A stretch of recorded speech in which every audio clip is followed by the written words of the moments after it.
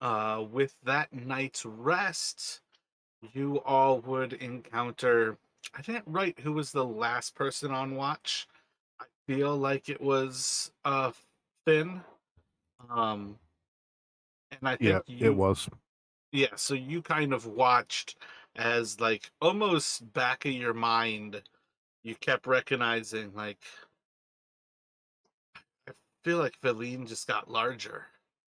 And then, like, as the hours were going by, it was pretty undeniable that she was almost 7 feet tall by the time you were getting ready to wake everybody else up. And more or less, we are going to be picking up with that point.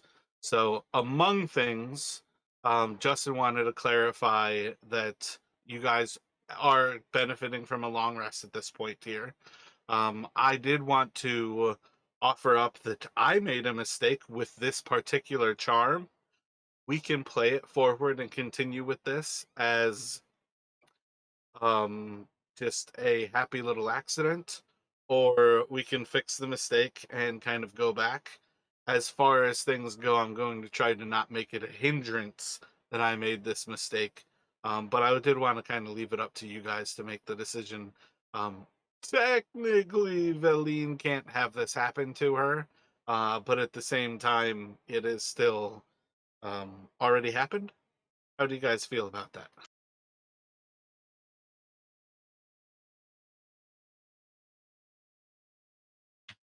I mean, I'm good with just rolling with it.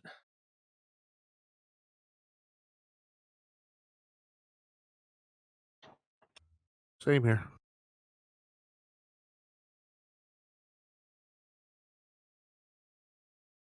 Gotcha. So if it works for everybody, we are going to continue with this point as you all are waking up, coming to the recognition that Veline is now.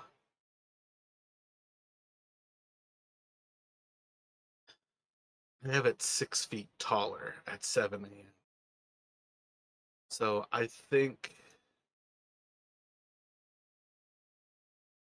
yeah, that would already. Oh, because I think you guys would have to sleep a little bit longer, was why I said it like that. I'm not entirely sure why I have it as like 7 a.m. Maybe we skipped the last few watches to basically pick up at that morning.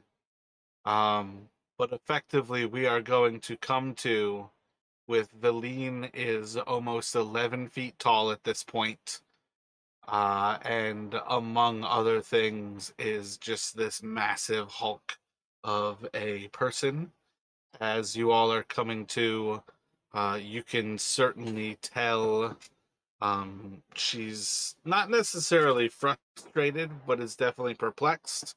I believe you all have figured out that whatever she saw and was playing with in the night was indeed a Chwinga. I believe with her description, Brennick was able to identify enough to recognize that this is like a little elemental creature of the ice.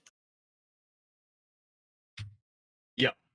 Yeah, and like Brannick, I think has said that as far as he knows, they tend to be more mischievous and curious than dangerous or antagonistic.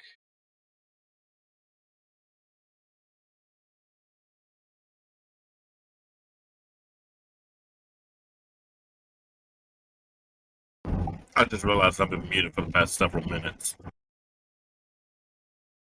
What did you fail to add when you wanted to? Or were you thinking?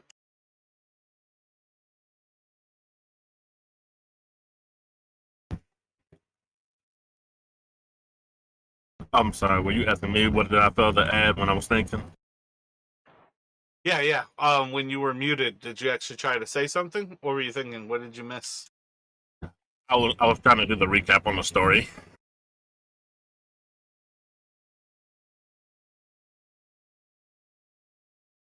And I realized just now I was muted.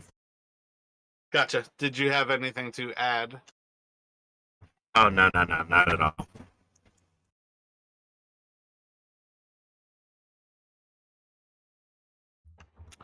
I think you had mentioned last week that the effect was meant to be a boon and not a hindrance, but in the way of the Twinga,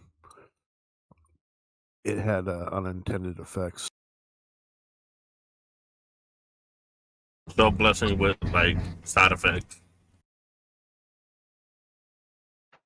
Yeah, so across this day, she is going to grow until she is 21 feet tall. So she still has a lot of growing to go. She is going to be an absolutely gigantic creature before she finishes growing here, and is effectively going to stop at a weight that is also Angajuk's like exact carrying capacity. So that's part of why I was gonna say, like, I don't want to ruin this where she is not able to go to the island, because it was a mistake on my part.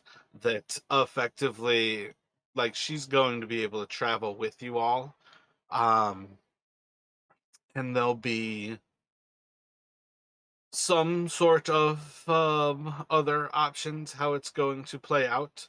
But that's why, like, in general, this was something that's not necessarily supposed to happen. Um,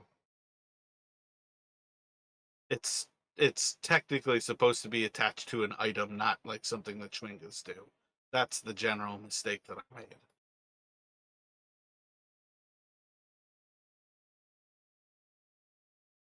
But again, how do you all want to actually progress as you all are waking up on this morning, the 26th of Myrtle, uh, and you are effectively east-southeast of where you know Angajuk's Bell to be. You've kind of made your way along this part of Mer Dualden with the hope that kind of you can push off to the north, and when you swing to the west and follow the Sea of Moving Ice, you effectively will guarantee yourselves walking across Enga's old hut. Yeah, I think Brank would be for kind of continuing that approach. Just go essentially try and shoot straight north till we hit the coast, uh, and then west.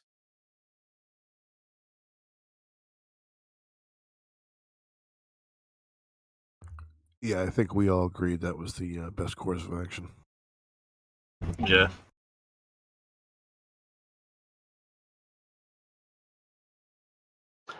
So let's do a survival from, I think, what is it, Fen? Yeah, survival from Fen. Hi, Ben.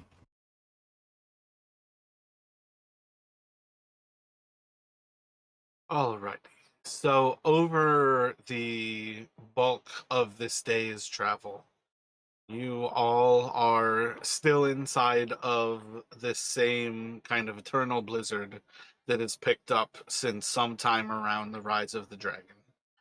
The actual winds have not let up, the snow has not let up, the visibility has not let up. Much of Icewind Dale seems to be in the same meteorological state as it is in kind of a physical state.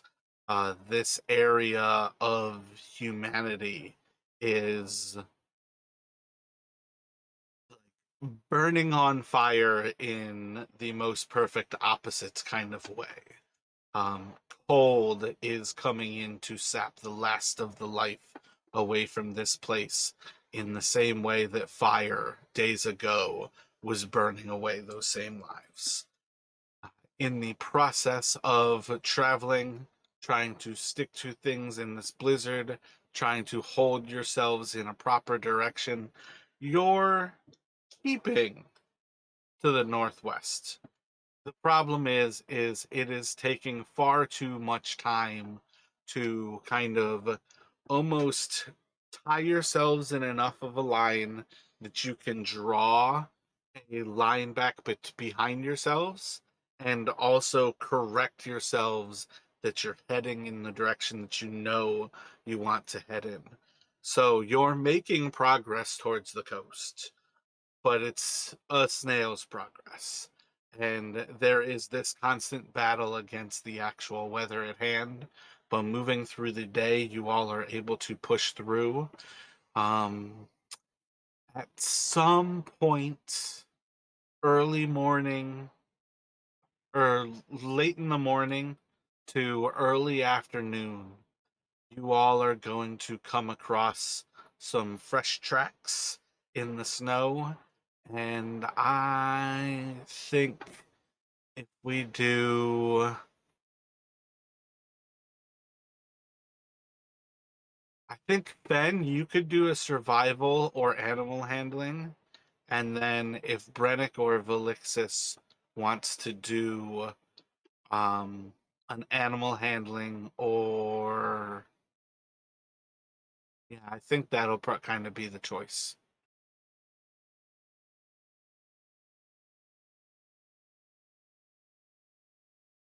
So, Fen, you can pick up that the tracks are pretty recent. Bear seems to be in this area, and it was heading in one direction, and it seems to have kind of changed that direction.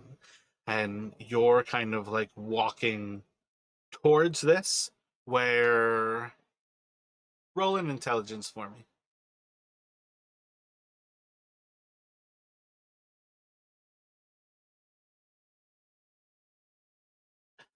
Where you can pick up enough that this bear was heading towards you all and seems to have changed its direction pretty recently, and you can watch where it is walking off to.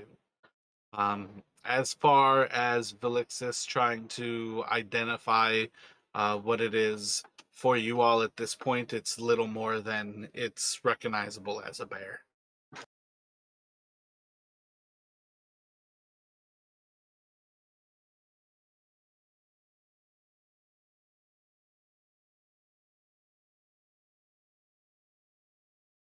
If nobody, go ahead, Brannock. What are you thinking? So Brennick would be like looking towards Fen, assuming like Fen shared what he learned. He would be like, "What made it turn back? Do you think?"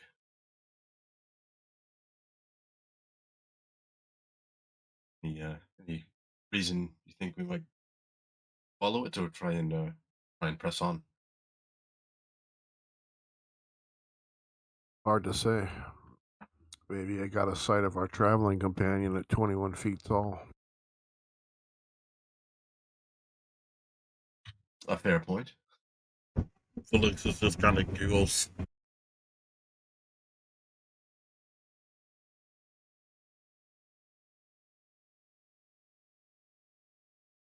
Are the tracks leading more or less the way we were going, anyways? At this point, it's like you were converging and it's just moved off of that line. Not necessarily that it's in the same direction. I would say it's indeed like going to be the opposite as well. So say you're looking at something that's kind of coming from like a 40-degree arc to your left, and it's passing away to like a like 115-degree arc to your south or to your right. But basically, that it was kind of coming straight across in a closer to parallel, and it's just basically moved off as soon as possible.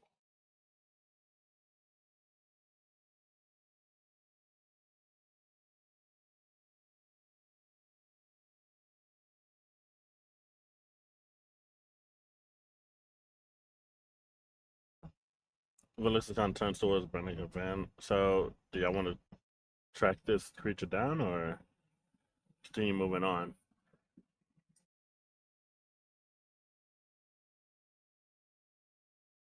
We seem to be making slow enough progress as it is with this blizzard. Perhaps we should try and press on. But then Brennick will look towards Fen. I agree. With the blizzard, tracking would be no sure thing. Best we keep on our current course.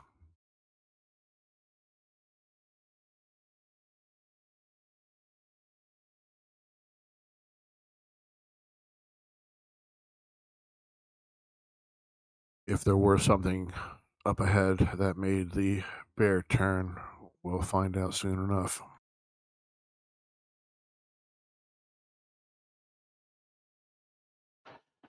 Pushing forward here, let me get another survival from Fen.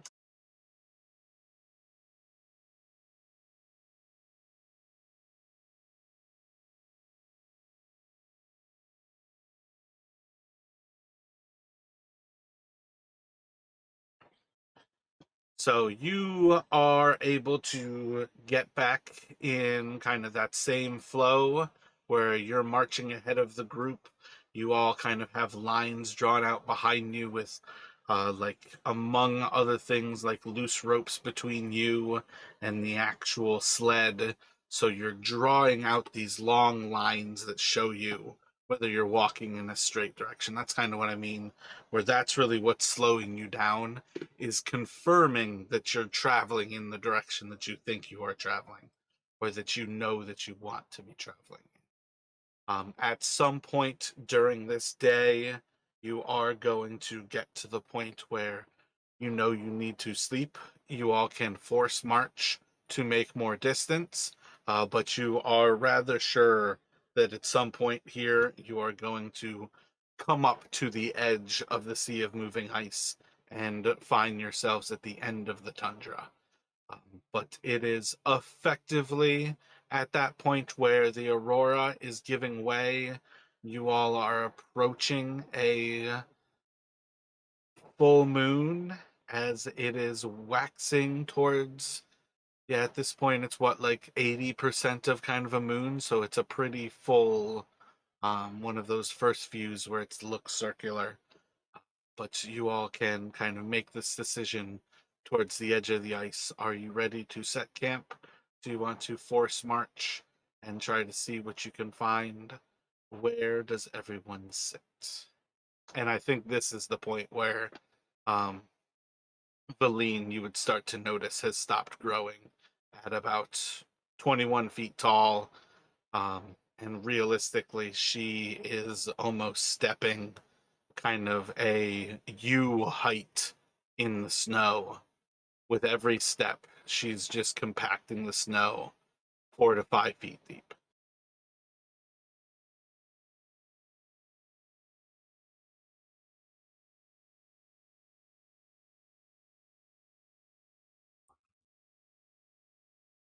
Thinks perhaps it'd be best to shelter here for the night. Valine could tag down an area for us to give us some shelter.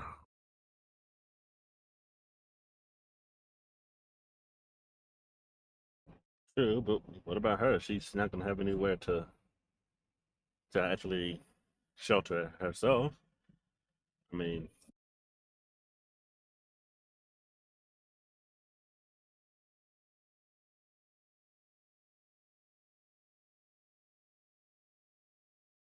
I didn't think about that.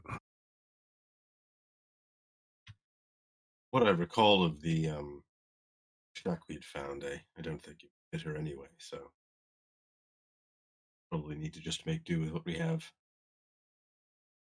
But perhaps it would be good to try and get some rest. This blizzard doesn't seem to be letting up, and I'd rather not try to get too much farther lest we push ourselves beyond exhaustion. So at some point, still, Valine is going to crush down some of the snow as an option for you all. I think what you'll kind of see as part of the problem with what she is able to do is the actual pressure is melting the snow into ice. And while ice melts, snow has the insulating properties. Um, she could try to make a shelter for you all, but it's not going to be a guarantee that it's not going to melt and put you all in danger. And that's going to be kind of the difference between somebody who can create instant hard surfaces, basically making ice, versus digging a snow cave for yourself.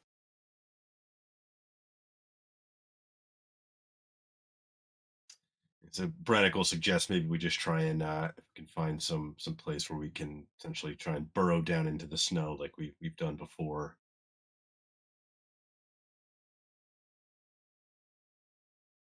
Try to ride out the night. So as far as things go, you all can certainly find at this point an area that has kind of the right initial feel of snow to where you have that kind of fresh, like fluffy flakes that are that like in between. You are able to dig yourselves down, and we can basically do a another night here. Let me see.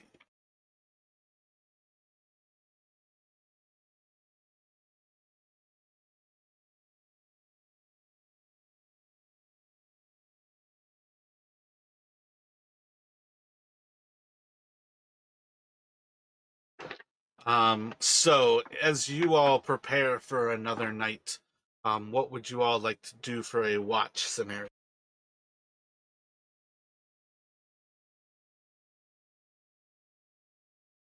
Brannick can offer to take the first watch. Not that he'll be able to see too much, but it's Blizzard, but he'll do his best.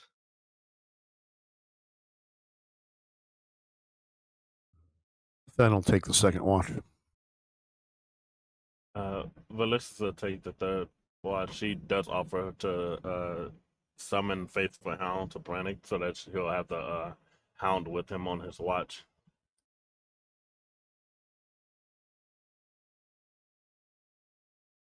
I think if you're prepared to cast it, it's a 8-hour spell. Oh yeah, that is right. That is it. Sure is. So she does cast Faithful Hound to summon forth the Hound.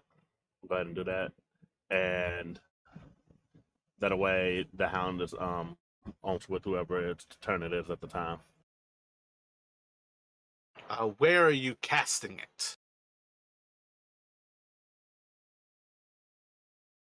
Like right in front of us, like just summon it right here in front of us, like a little bit of a distance, but not too far, just so that there's room for it to come up. All right, I'm not sure if you're looking at the spell right now, but the Faithful Hound doesn't actually like exist anywhere. You just pick where you're casting it, and that's where it is. It doesn't necessarily have to be somewhere where you were never going to go. It's just that's where it is. Okay, I think I understand what you're saying. Okay, so she Like just kind of, you cannot move, I think, 30 feet from it. That's one of the biggest things to keep in mind is that as long as you're within that 30 feet, that's where it's going to be. The other people don't even necessarily need to know you're even casting it.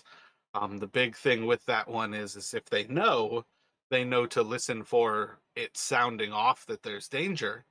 But other than that, like that's where, if you cast it in the center of your camp, if there's even like a radial nature to your camp, it is effectively equidistant from everybody. That's kind of what I'm looking for. Yeah, it looks like Felixis can be up to 100 feet away. Um, it's when a creature comes within 30 feet of it, I think, without speaking a password. That's when it starts barking. Gotcha. oh shit. So yeah, I'm gonna put them like right at the, I guess like at the entranceway to our camp area from where they're keeping guard at.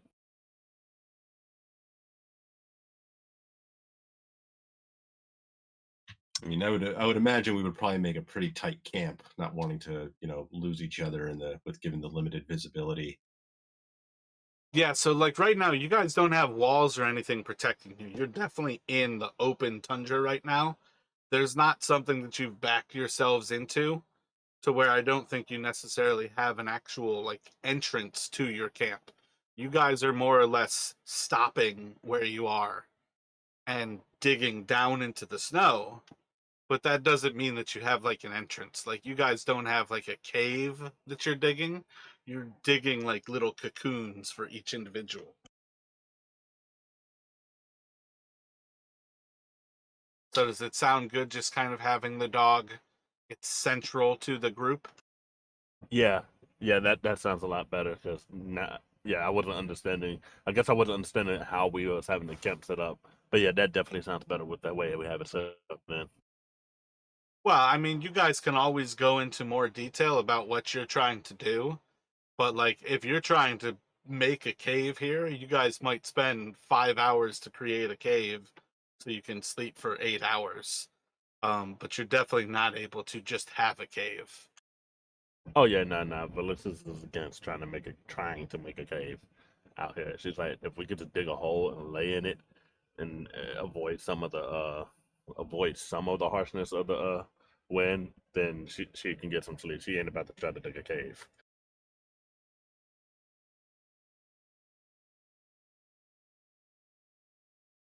I'm thinking we almost like pick a spot at random, like as like the central kind of hub of our camp, and then like we make a couple little holes like right around it, all near each other, and then you could have the hound like in that middle space. Gotcha. So let me have perceptions from Brennick.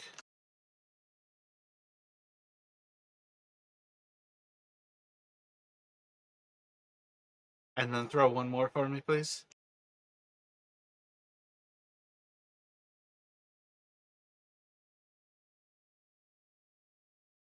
So, on some level, I would say Brennick is neither attentive nor not attentive. Who knows where your brain is at, but perhaps he's just active enough, kind of trying to mull over some of the things that have happened in these last few days, that you don't ever like slip into falling asleep, but you're also not so attentive that you're like overly paranoid of what's going to happen. You have a weird sense of appreciating your recognition of the future and more or less allow this watch to go by with kind of a Ripasna style of just staying in the moment, not allowing anything to get in your head nor to distract you from this moment. And with enough time going by, you kind of get this recognition that there is nothing for you to have worried about, and you are probably safe to make your little bit of a travel over towards Fen and wake up the monk to take their watch for a few moments here. When you are good there, can you do a perception for me, Fen?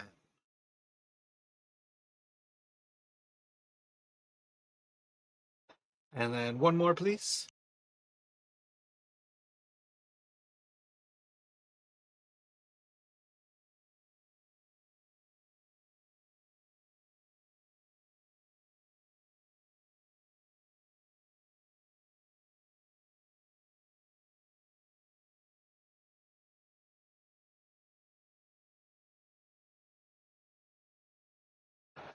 So, your first hour is going by with a kind of odd sort of paranoia to the surroundings around you.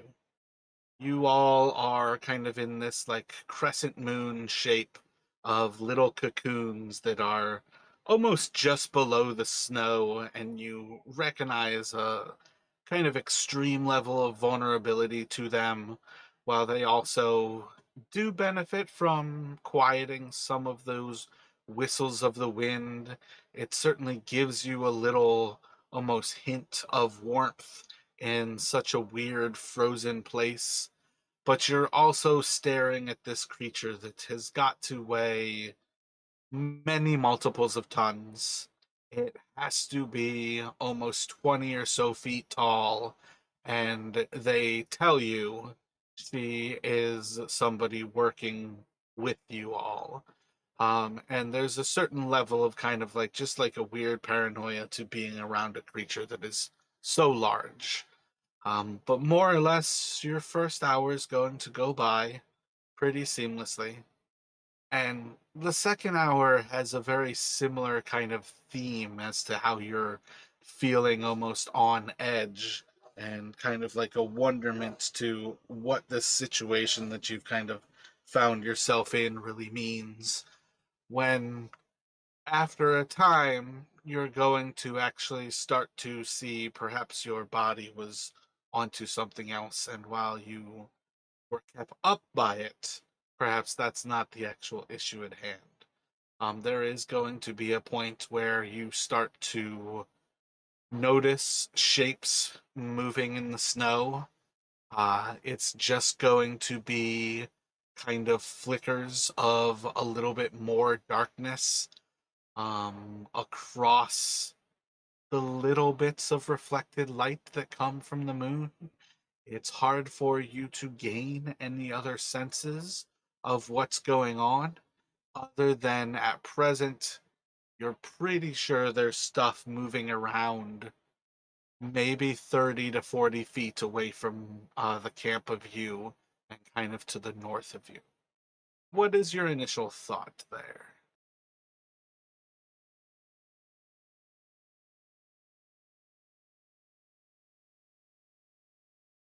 This is to Fen, by the way.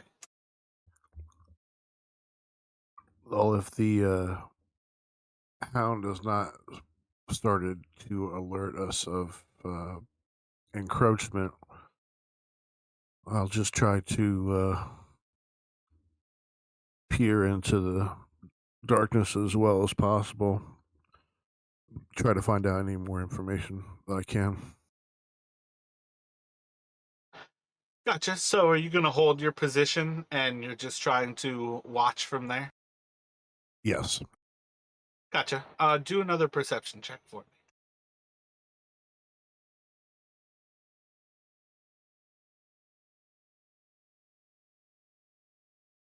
So continuing on, kind of holding to your spot, trying to remain extremely still, and just paying attention to where you saw like these wisps of moving darkness. Just the slightest signs that something is alive and kind of out in that distance of the blizzard. You spend some time listening for it, trying to, or more watching for it than listening. The roar of the wind is astoundingly loud. But at some point here, you're going to see like like maybe like a large hind quarter is among one of the first things that you spot.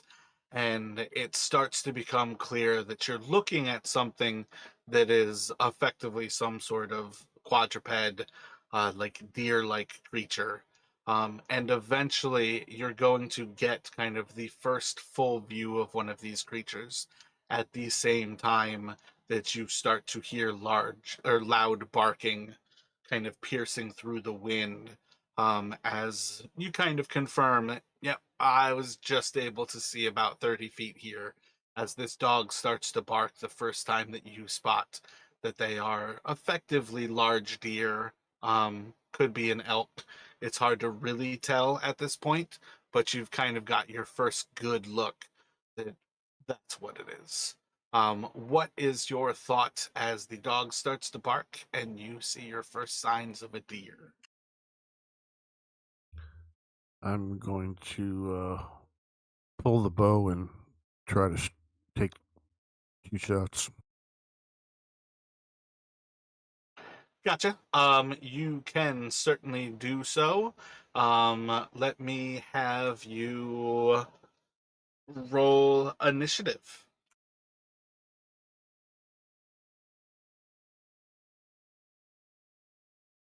And then if you would like to take your shots, let me have you roll those.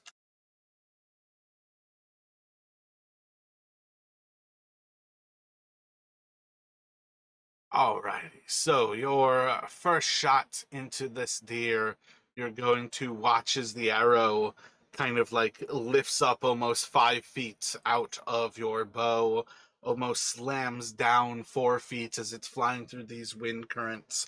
By the time it gets closer to this elk, you watch as it zips another 3 feet through the air, kind of moving up and to the right, and sinks right into the haunches of this creature. Very solid shot. You already can see that it is not where you were aiming at, but it hit. The second arrow is going to go so horrendously away from this creature. That arrow is gone. But you have put one arrow into the creature. What do you have in mind as to what you are doing here? Has the dog barking awoken anybody else? At this point, you do not know.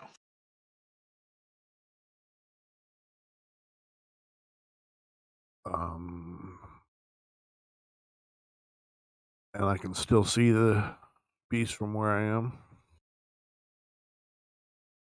Depends why you care. To shoot again.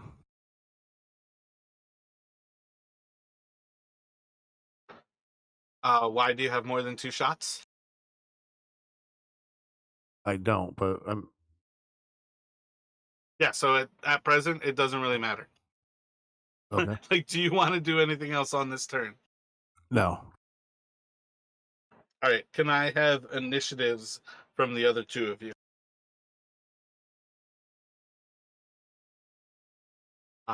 One of these creatures is going to charge out of the distance, and without really recognize what is going on, is going to effectively charge into and at Eveline.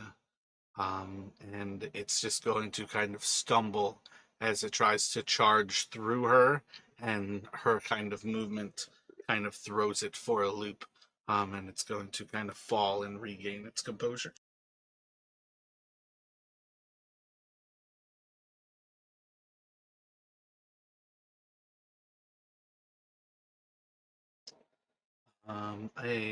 Another of these is going to do the same, charging towards Veline. This one is going to hit and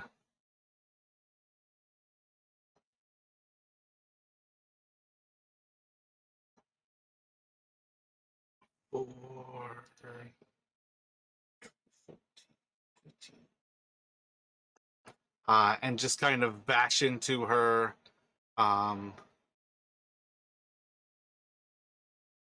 Doesn't make any sense that this creature could make her fall. She's already prone. There's no reason to. Um, and then there is one more of these going to be charging in. This one is going towards Velixis. It should hit Velixis, and it is going to deal 7 bludgeoning points of damage to you. Another 7, so a total of 14 bludgeoning damage to Velixis. And I need you to make. Oh wait, you're already prone. Yeah, so that doesn't actually matter. So just 14 bludgeoning damage to Velixis, and then it is going to be on Brennick. What would you like to do here, Brennick? So Brannick, waking up, not really sure what's going on, gonna scramble to his feet, looking around, sees a bunch of these things kind of charging in. Probably the first one he'll spot as he looks around is the one that just kind of like trampled into Velixis. So I think Brannick will um, turn and try to close the distance and like almost like shouting at it to go. Still not exactly sure, like in the moment, exactly what it is. He's gonna kind of throw his hands out and attempt to um,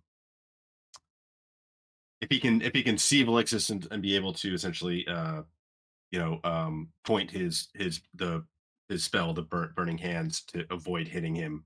Or I guess he's down on the ground still, so he would like put it like high enough that it would kind of go above his head, but at the creature that's kind of charging into Velixis. Gotcha. Yeah, so you could definitely burn just the deer that's charging for Velixis.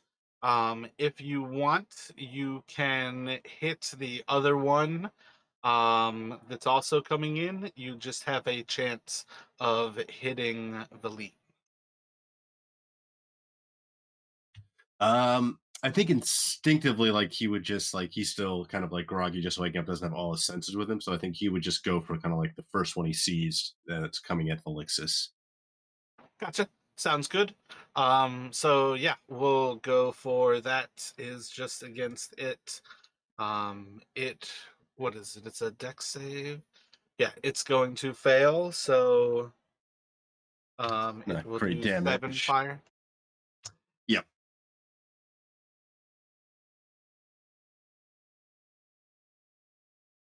And he's like kind of like he's like shouting like Flixus, get up, because he's not sure if she's actually awake, even though he can kind of like hear the dog barking. But he's I think he's gonna kind of like hold his ground there. He doesn't want to back away. So he'll hold his position where he ran to next to Felixus.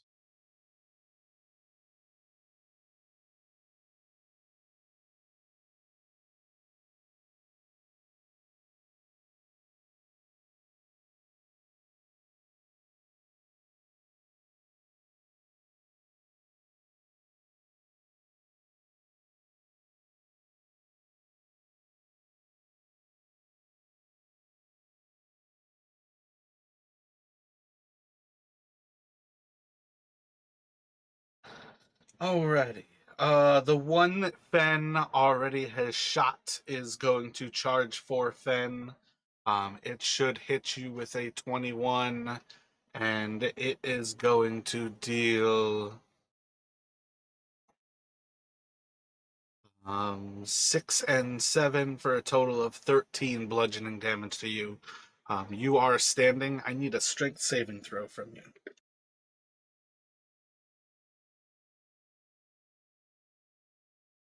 That is going to drop you prone. The next one is going to charge for Valine.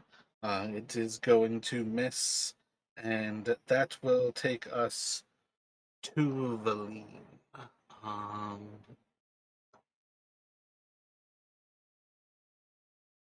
I think she is going to stand, and she is going to grab two of these creatures.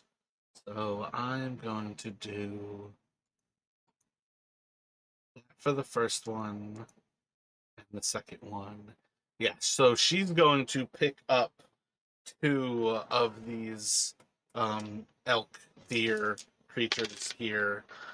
And let's see. I think we're gonna go for each of the injured ones. She is going to grasp them in her hands and kind of pick them up. And that will take us to a little bit more of the stampede is going to come into this group. The next one is going to go for Brennick, trying to charge you down with a 15. That just misses. Gotcha. And then we've got one coming in for Valine, and it's going to miss. Another one at Valine. 16's a solid hit, so that will do. Whoops, the last one doesn't matter. 10, 16 total.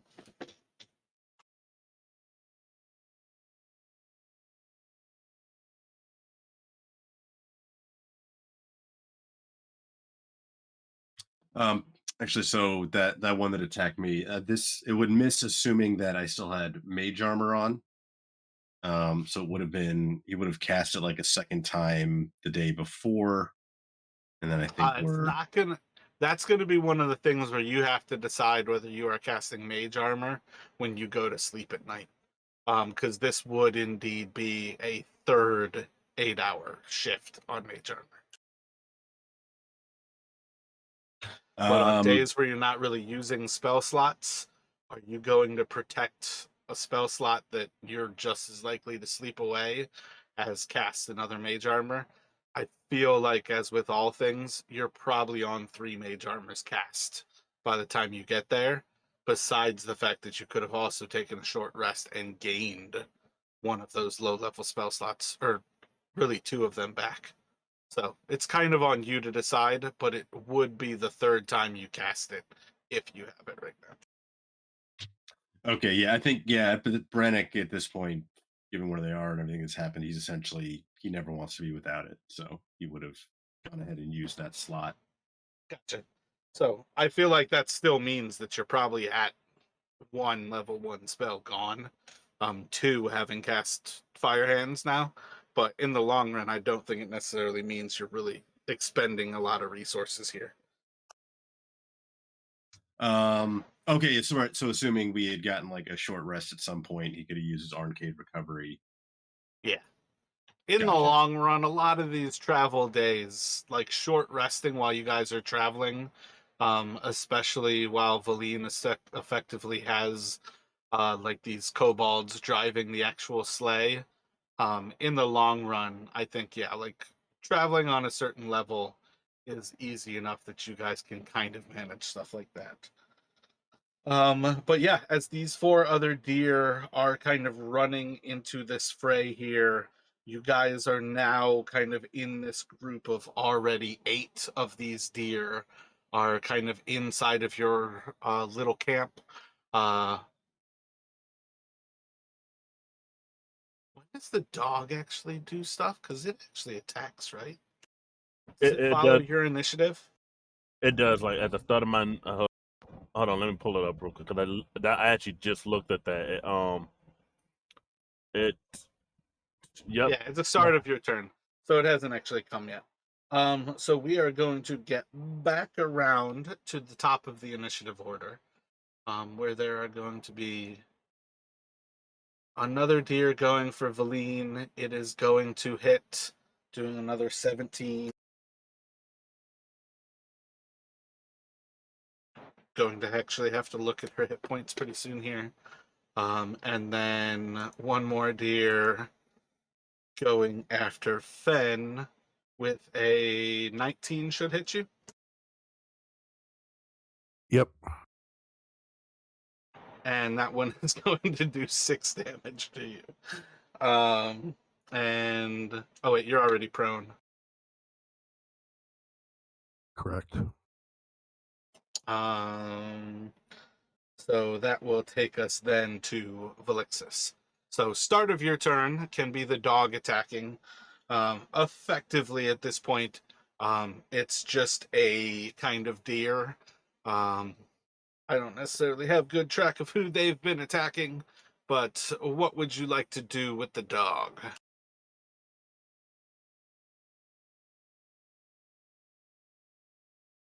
Yeah, the dog is gonna go ahead and is gonna attack the deer that's nearest to it.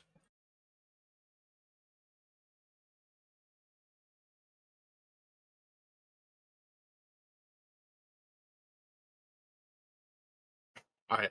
It strikes me that that is the damage. I need you to roll a spell attack. It is effectively a D8 plus your proficiency and plus your intelligence. So I think if you do like an Arcana check, that is a solid roll for the dog's attack.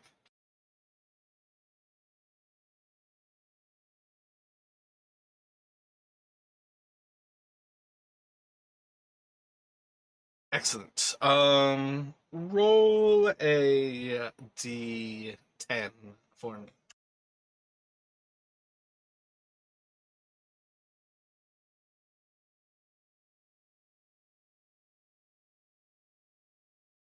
Excellent. And what is Velixis doing?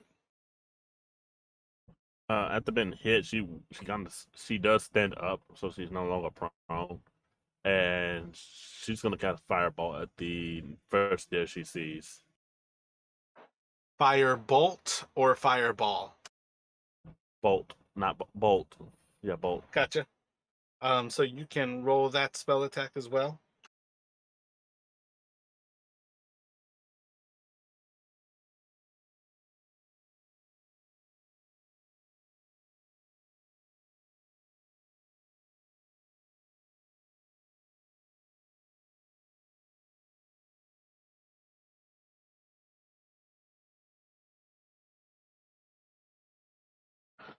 Gotcha. Is the dog visible to you? Yeah, the dog is visible to me. It's not visible to anyone except me. I believe is what it says.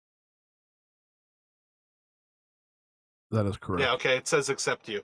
Yeah, so you are going to see as the dog snaps around and bites one of these elk that's actually like charging over Valine and into your party. And in about that same instant is while you are watching another of these deer that was just going after Fen, and with a quick blast from your fireball to its underbelly, you are watching each of these two deer kind of crash down. One of them kind of burnt to like a well done cinder, very Pittsburgh style. The other one, does it say Did you what just kind of describe it as damage? being cooked like steak? Yeah, yeah, 100%. It is extremely well done and it's probably raw on the inside. Yeah, it does piercing damage, so that's real enough to me that you're just going to watch as like one of these deers falls with kind of its neck kind of bitten into. And that's going to take us back to Fen. What would you like to do? You've got the deer that initially attacked you in one of Valine's hands, two deer that are inside of your group kind of already fallen to the blows of Elixis and this kind of like mystical dog that you know she had summoned. And otherwise, you have, what is that, seven more that are kind of running around your group. I will. And how far away relatively are Brannick and Velixis from where Fen is? I'd say for what it's worth, all of you all are more or less like backing into each other. The deer are around you more than that they are like inside of you. You're not isolated from each other. So Fen is going to drop the bow, pull out the sword, and move. Well, actually, he's going to stand up first. That's half my movement. Drop the bow, pull out the sword, and is anybody within 25 feet? I don't see why everybody would not be within that movement. Then I will move to the closest one and start attacking. So you've got some that were already on you. You don't really have to move to clear any distance to make an attack. But you can attack one of them that was already attacking you.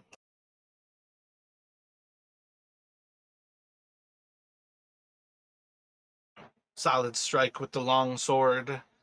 Um, Follow that up with two unarmed strikes. Gotcha.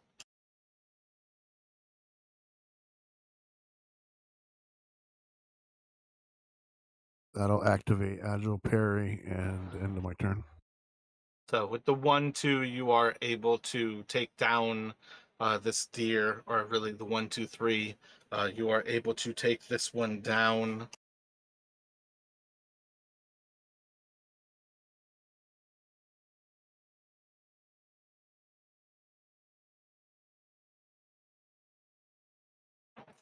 The next of these creatures is going to attack for Brennick.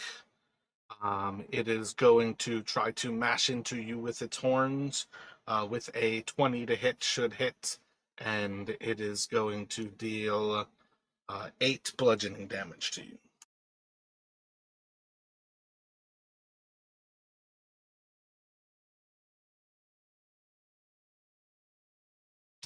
Do you need a strength saving throw? No, no, at this point they're not like wise enough to stampede like charge on you guys. They're definitely like kind of inside of combat now and more or less just like raking at you guys with their horns. Gotcha. Okay. This next one kind of rushing at Valine as it has one of its companions in Valine's hand, trying to bash into her. Doesn't really seem to have an effect. One inside of her grasp is going to try to fight its way out. Yeah, there's no way. Even with the crit. It's kind of thrashing about in her hands. And I think the same from this one. Same thing, just kind of thrashing in her other hand. And that's going to take us to Brennick.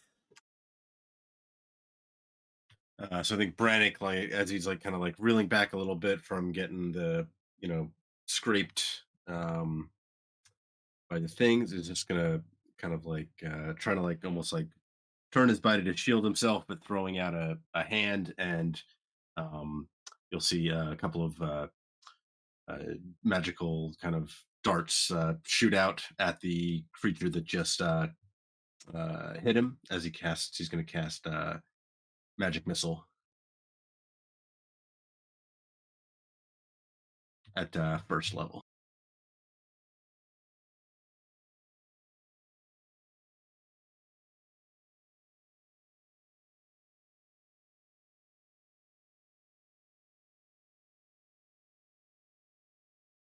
And you said this last one that just hit you? Yeah, the one that I think is the only one that's actually hit him, but yeah. Gotcha. Yeah, I mean, for what it's worth, it's just giving me a clue as to what I might kill off here. But yeah, that is sufficient that 1, 2, 3 are going to watch as these little like motes of light enter into this creature, and in the process of kind of like raking across you with its antlers, it's going to just like lose all of its muscle strength, and you'll kind of like feel as the attack goes limp. And this creature, now it's almost dangerous to have the creature so close as it starts to lose mobility and it is falling towards the ground dead. That will take us then to. I already rolled the other creature that was in Valine's hand. It will take us to Velixis. Oh, no, it'll take us to Valine. Um, Damn, what do I do with a giant who's got two things in its hands? I think she's going to huck him. I was going to say throw him.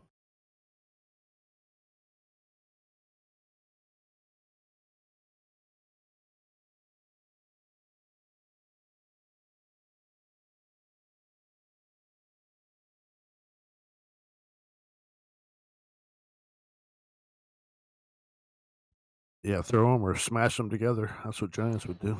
Wait, no, break their necks. Yeah, so she's just going to whip these creatures off into the blizzard in different directions.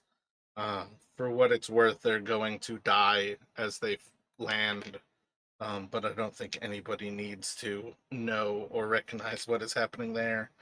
That's going to cycle back around to the two. How smart are these things? No, no brains.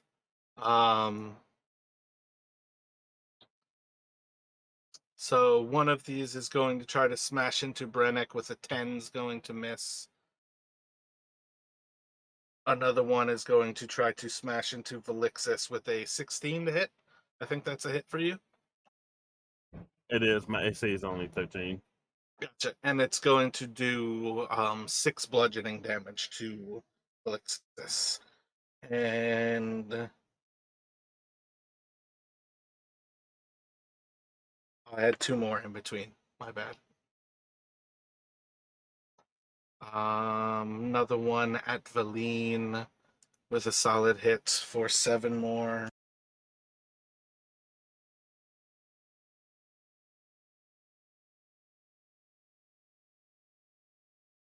And then another one at Valine for 9 more. And this is where we will be back around to the top of the order at, or no, it's right after top of the player order with Felixis. So Velixis kind of yells, "Don't let any of them escape." we could eat very well, and she kind of throws a. Oh wait, the dog needs to attack. So I'm gonna roll the dog's attack real quick.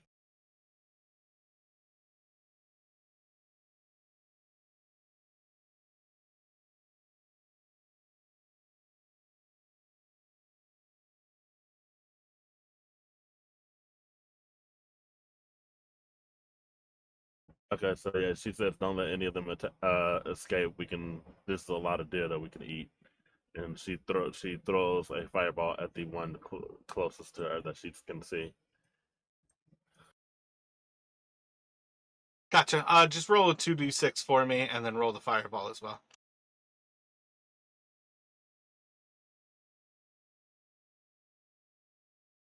Or the firebolt.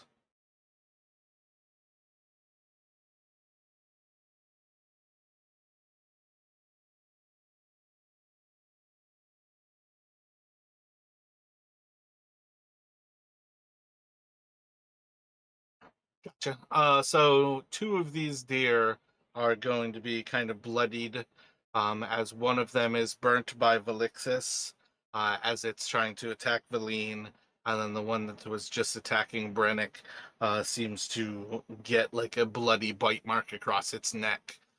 That's going to take us to Fen.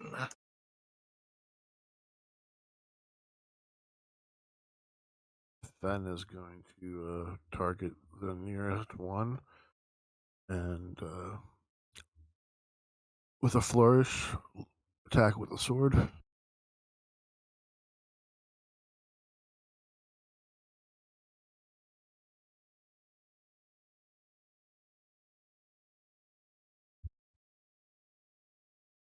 And we'll follow that up with 2 unarmed strikes.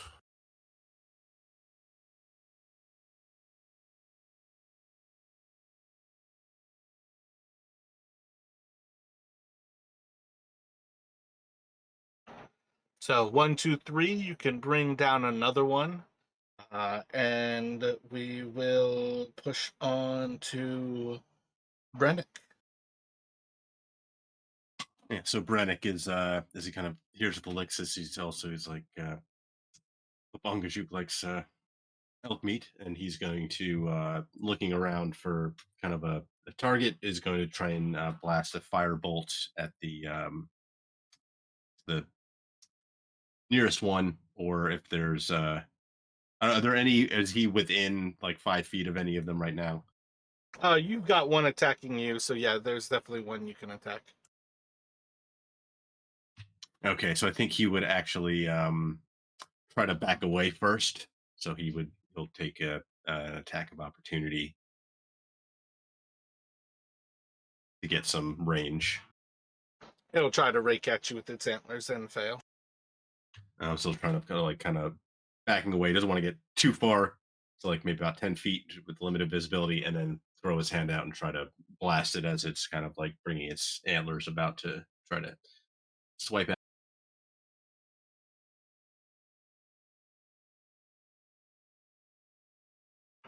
Solid shot. That is going to drop another cooked deer to the ground.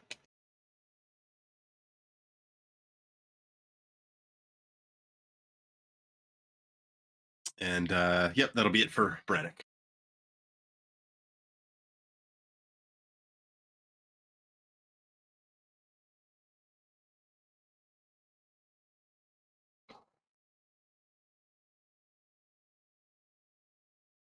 I think Valine is going to rage into another couple of these. And yeah, I think she's just going to kind of grab one and crush it, basically. Yeah, she's just going to pick one of these up and just kind of squeeze down.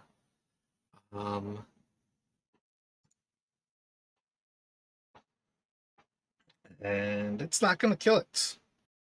It's going to be pretty horrific. I'm going to not go into terribly too many details about what that deer is going through right now. Actually, no, that's a lie. Her strength modifier definitely is like an auto kill.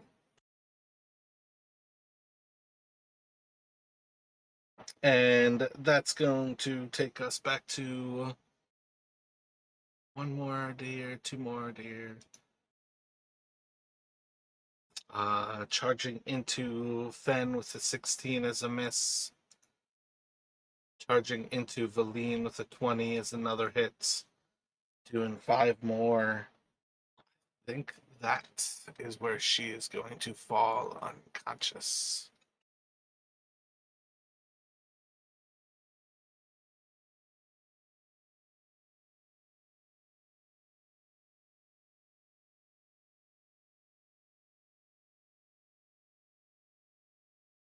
And that will take us back around to Felixis.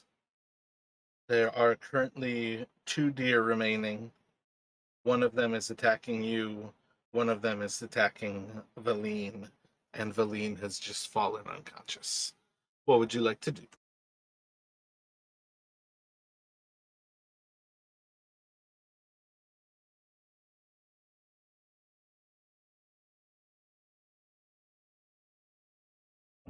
All right, so she's going she's gonna order the dog to attack the deer that's attacking me, and I'm gonna cast fire bolt on the deer that's attacking Valine.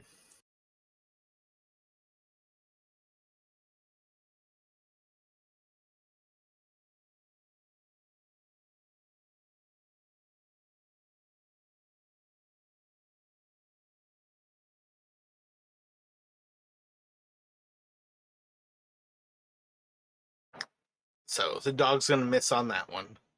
And then your firebolt against the other one.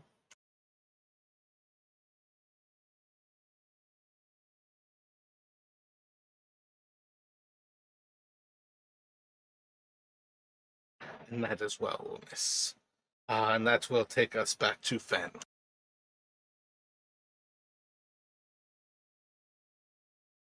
It's working so far. So short attack and then 2 unarmed strikes.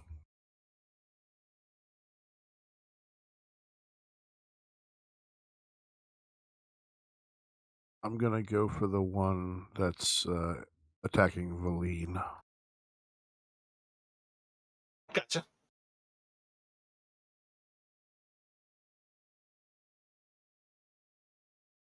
So again, 1, 2, 3 off of this creature. You are able to drop it with that third hit, as has felt like the norm. And the last of these deer will kind of stop with the 5-pointed heart technique. Was it the 5-pointed palm? Can't think of it offhand. But Eddie you can Murphy, drop another one. it's the cord of blood technique. The 48 cord hours. of blood? The court of blood. When I hit you, a cord of blood drops out. I fucking love Eddie Murphy. Yeah, I don't remember that one offhand. When he's in the jail for no, it's Trading Places when he's in jail in the beginning. That's an oldie but goodie.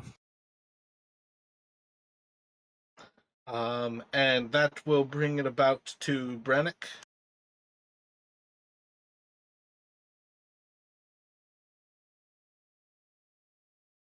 Yeah, so Brannick will turning and kind of locking eyes with that last one that's I think attacking Felixis will attempt to launch another firebolt into it and try to drop it.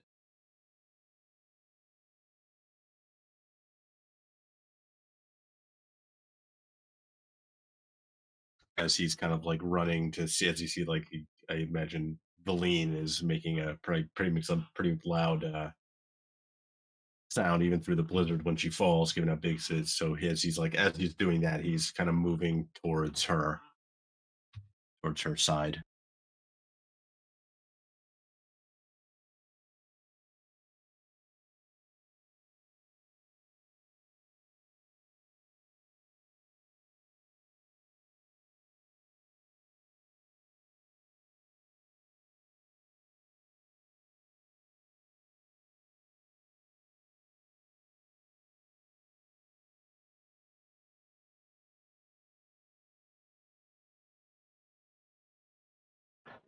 So that deer is going to continue to attack Velixis.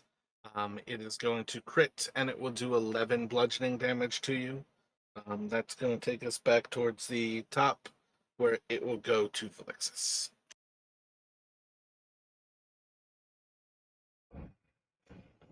I'm gonna.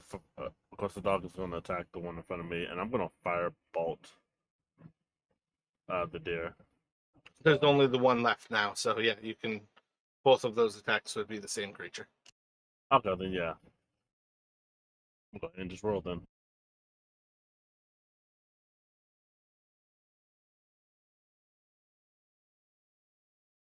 Dog's gonna miss.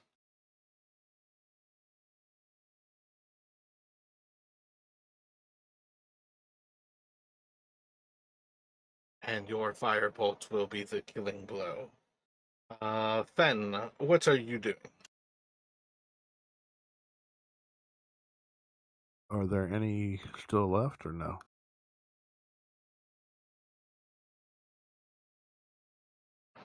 Nope, you watch as Velixis is dropping the last of the moving deer. Everything around you all is much calmer. It's much more stillness. So I'm gonna yell out to Brannick to give me a hand and try to stabilize Feline.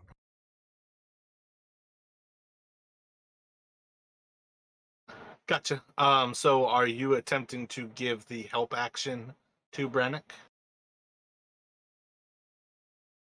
Or vice versa. Alright, so you are holding your action for Brannick to come to you and help? Yes. Gotcha. And that will take us to Brannick. Do you interpret that as come over here and help me stabilize her?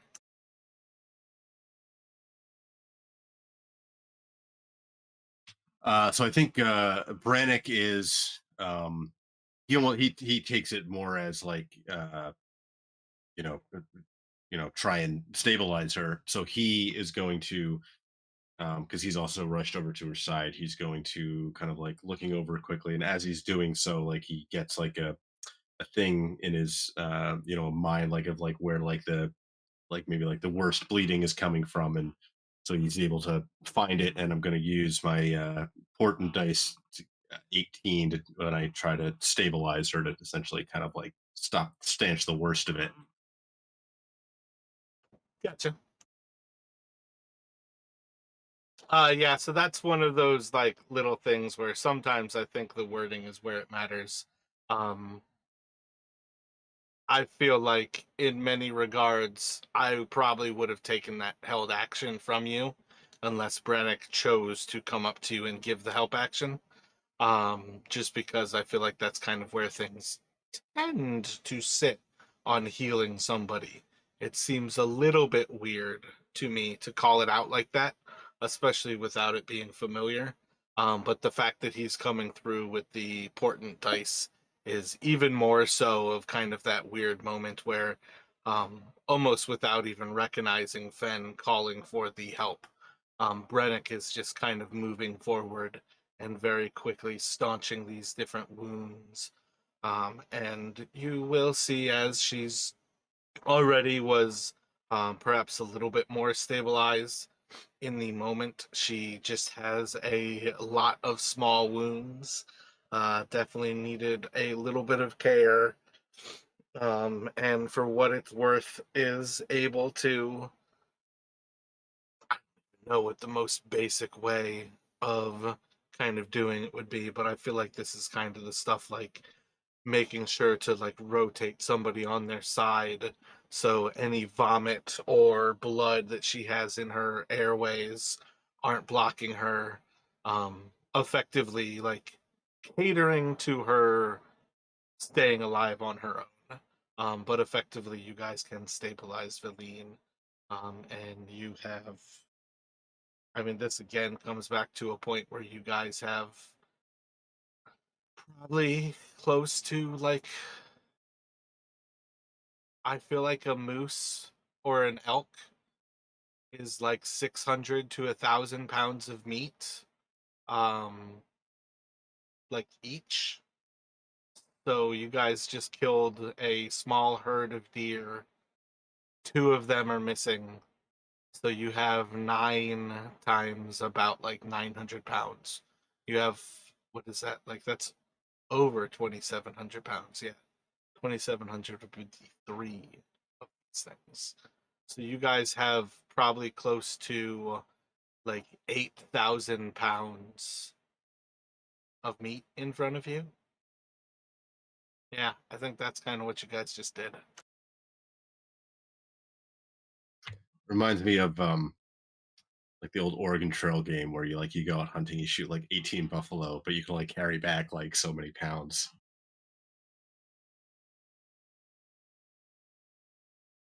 Oh, and I like rolled super low with the number of deer that were in the herd. I think I had 2 1s and a 2 to get an 11. It was definitely silly.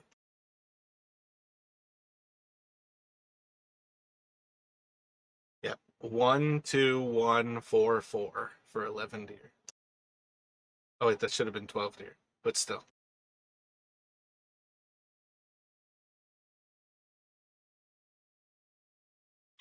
Yeah, I mean, given where we are in the wilderness, we can probably take what we need. I'm sure there'll be other scavengers there. Maybe that's what the bear was going after or something, and got scared off by our approach. But imagine there'll be other creatures out here that'll be attracted to this smorgasbord. So maybe we kind of take what we can. Unfortunately, Aline is unconscious, so she can't, because she could otherwise maybe carry a couple of them. But Well, you all are still in the middle of your rest as well. So that was only kind of 4 hours into the night. You guys are effectively kind of, the moon is high in the night sky. You have light to go about cleaning these things if you would like to. There is a certain level of, though, that you guys can't really process all of this without interrupting your actual sleep cycle. So there's a certain level of, you've got adrenaline flowing. You can eat up some of this like hour, but at the same time, everybody does also have to recognize like we should still be getting back to sleep, and kind of getting on with this resting. yeah, so maybe we just try and kind of relatively quickly just try to put some some snow down to try to essentially keep them fresh without actually cutting into them now, and then maybe in the morning we can try and salvage some after we've you know finished the rest. So you guys have one of those pits where Valine kind of like stepped into the earth and created like a 5 foot deep like ice like cylinder into the snow. So you can certainly kind of like stack some of the bodies inside of there. And it's a weird balance between refrigeration and insulating them from the cold. I feel like they'll probably still be frozen, but I don't know. I mean, if it's frozen, it should still be good. I mean, we can always thaw it out by trying to cook it up a little bit. Um, so let's definitely suggest we eat a little bit right now, since we already all are up and we did just fight. So like snack a little bit and then head back to sleep after putting the rest of it into one of the holes. The problem with this place has never been storing stuff to be editable. It's that if you don't process it some now, you're going to have an entire deer instead of parts of a deer. Parts of a deer weigh a whole lot less. That's my biggest thing to kind of contemplate. If you don't cut up the deer now, you might come back to like a 1,200 pound corpse instead of like 800 pounds of meat.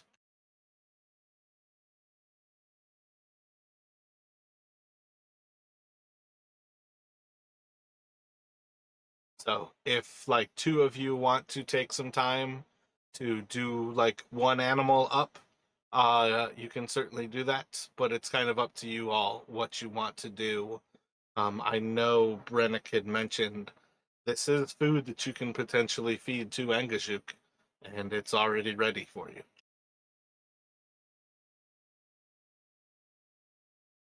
That's why I'm thinking, even though it means holding off the rest temporarily, realistically, we only have a certain amount of time to process meat. So I would concentrate on that, and then we can rest after that period has passed.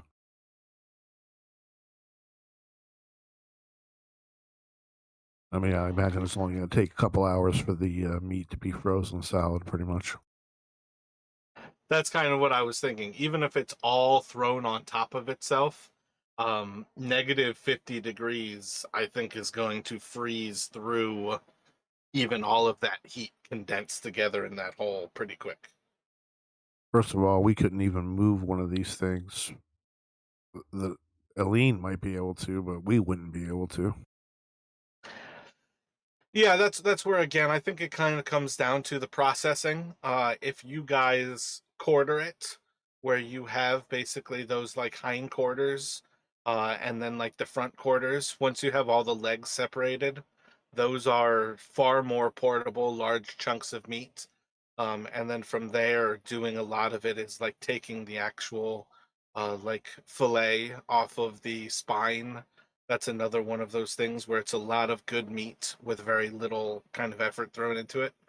Yeah, I was I going to say think whatever gives us the most bang for our buck. Like not necessarily breaking each one down individually the way it should be, but how do we get the most so. meat for the little Three time? of you, three of you can each try to butcher your own with higher difficulties. You all could have two of you work together and be the most efficient, but you're going to get less done. I feel like regardless though, you're going to end up having one person who is likely either working alone or just not even bothering.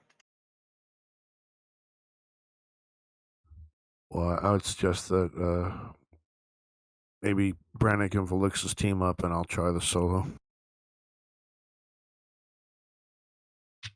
Yeah, Brannick's snow hunter, so he'd be more comfortable trying to maybe help Felix's than going off doing it on his own.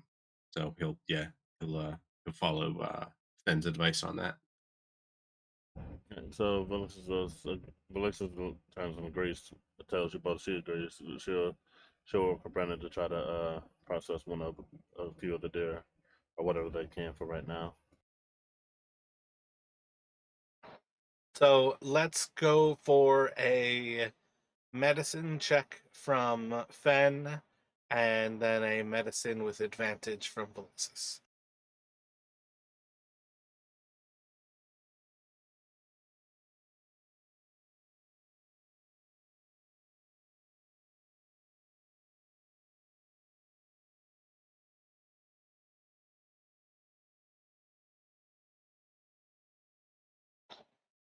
Yep. So I think during this time afterwards, you all are able to, take some time to clean up a few of these deers.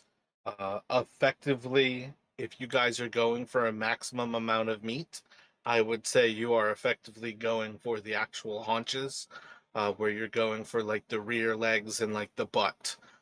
Those are probably the biggest and quickest. You guys can have four of those. And I think it's satisfactory to say that Velixis was able to get the fillet as well, where you have some really nice cuts as well. And that's one of those things where you guys can, at this point, kind of write down something to the effect of you have like 460-pound elk legs, and then like two 40-pound elk filet mignons. I think that's probably, or backstraps really. That's kind of the best way to look at it. They will very quickly be frozen raw, but that's going to be perfectly fine. You're just cutting them frozen. But effectively, that's what I'd say you guys have for like easy transport. If you want to do something with it the next day, it's easier for you to then cut it up into what you might care for separately. Okay, so you said 465 pounds of elk legs. 4 160-pound elk hindquarters.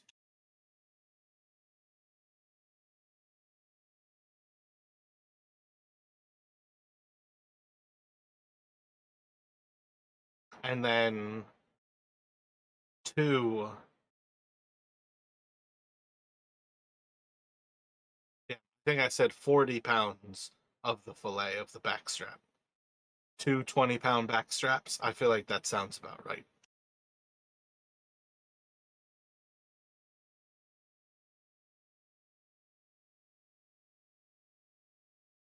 But again, regardless, it's an absurd amount of food, depending on what you guys might ever use it for. And then obviously, yeah, when it comes time for Valine to carry anything, like a block of frozen elk doesn't really weigh much to her. So it's definitely a different story when you actually start to talk about what she can push and carry around. Yeah, You far know, more than we'd ever need.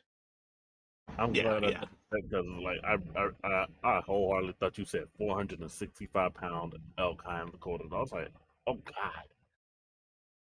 Well, I think it's more than that though, because I said 460 pounds. It's 640 pounds of it. Yeah, we basically got like a half ton, a little over a half ton.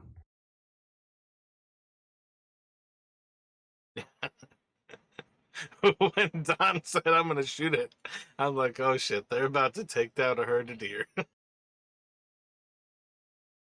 Well, we needed food for this whale, right? Oh yeah, it definitely works out quite well for feeding Angajuk. You don't have to go fishing or anything. But it was definitely one of those things where it gets really funny when it's like, yep, you see one of these creatures. I'm kind of like giving you clues that there's a bunch more. And then all of a sudden it's like, and we're going to kill them all. Dinner, you forget who we is. We out in the ice cold. We gonna take what we can get if we can eat. We are all going to sleep well tonight. Yeah, that's for damn sure. I can't even think what it's called when you eat like the raw organ meat, but you guys are swimming in organ meat right now. And that's one of those things like fresh heart. Everything about what you guys are getting to do right now is warming up the belly with some fresh food. So yeah, you guys can kind of continue about that at present. When we pick up the next day on the 27th, I believe you all will have at least a few hours kind of pass by where you all start moving. I think everybody would have a bit of a sense that Valine might be taking some extra time. I think watch order wise, it was basically Valixis to go. Valine would have had one of those last 2 watches. I think she would have had the last watch. Um, I think the way it kind of has to almost play off is that you guys just kind of trust in the dog to kind of bark you back to consciousness if something does go down. But effectively, a few more hours are going to go by into the morning before Valine actually wakes up. While there's not going to be any like actual particular penalty, it is effectively she had to be unconscious for 3 hours until she could then continue on with that long rest and actually start sleeping towards finishing up. So she'll sleep 2 hours past what you all are doing otherwise. So in that kind of time where Valine seems fast asleep, but all of you are all starting to go about your day. Do you have any initial thoughts? Otherwise, we'll cut to when she actually comes to, and you guys can push on from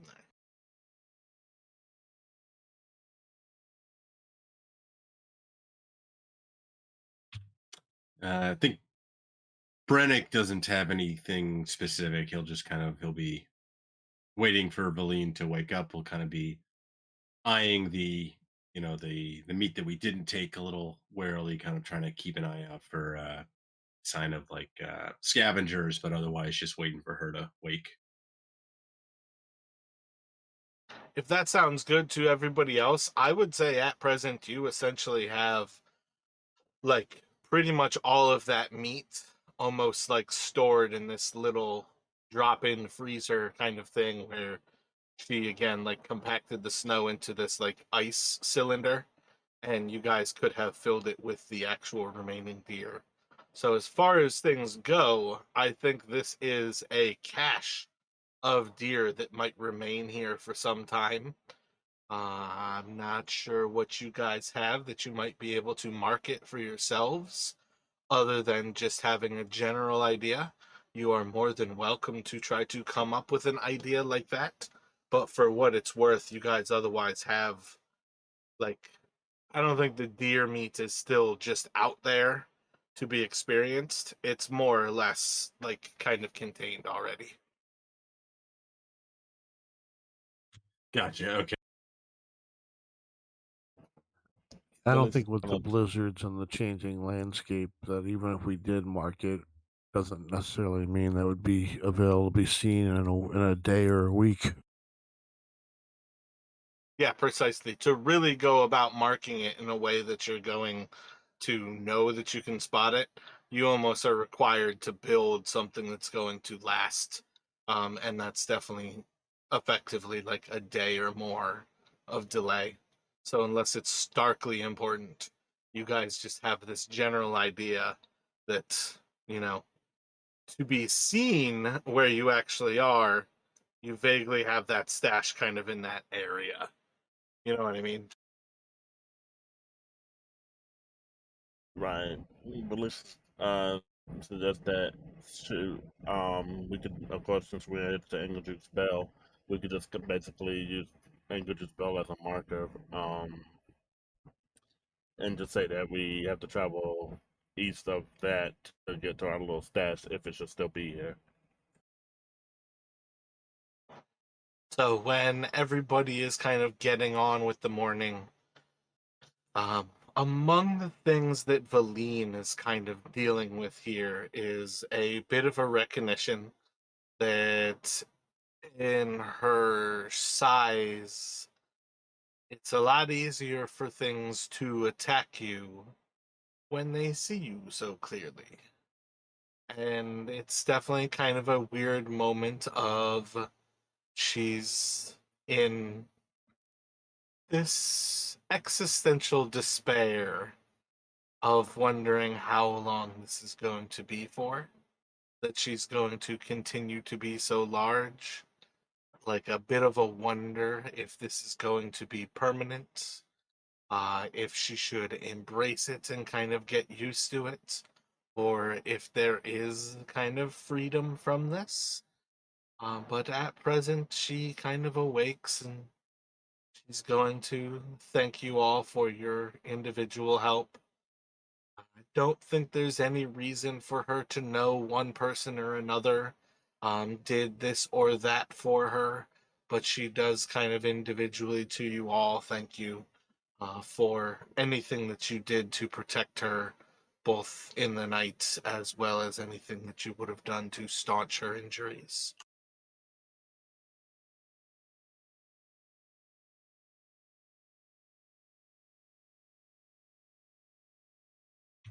Braddock will kind of he'll give a nod, like an acknowledgement of the thanks, and kind of think sensing she seems to be ambivalent about her kind of current situation. He'll just he'll try to say, "Mm,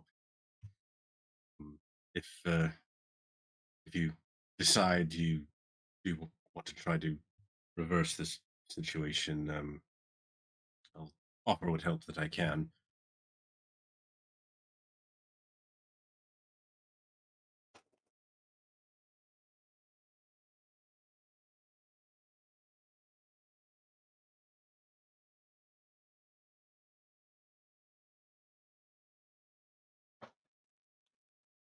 So I think at some point she would be open to seeing what dispel magic has to do. Um, in kind of that same vein of wondering if being just a large brute is just going to constantly bring enemies into her direction, kind of losing one of her strongest abilities to kind of meld into the background and to not be seen. I think she would be more open to it. And so Brannick's gonna kind of like also looking off towards like in the big direction of where she threw the elk. He's like, does have does have some advantages, I suppose, but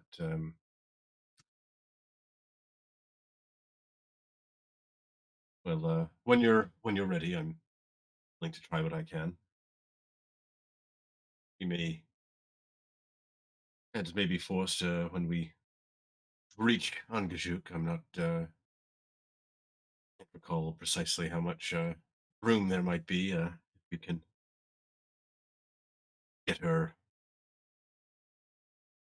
to take us, but I leave it up to you.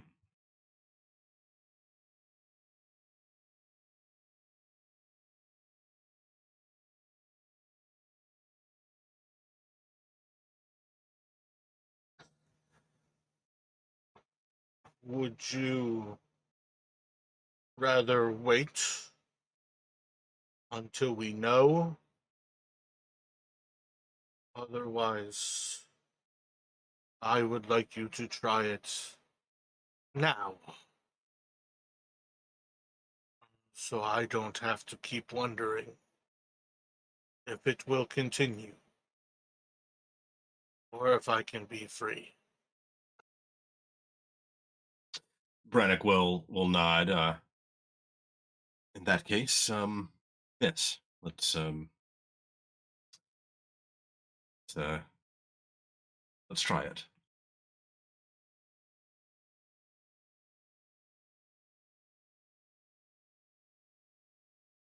And he'll kind of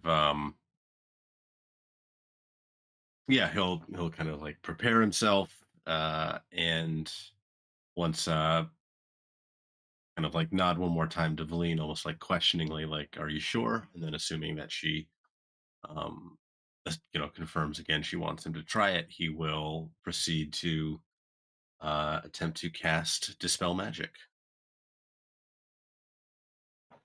So you can go ahead and do that.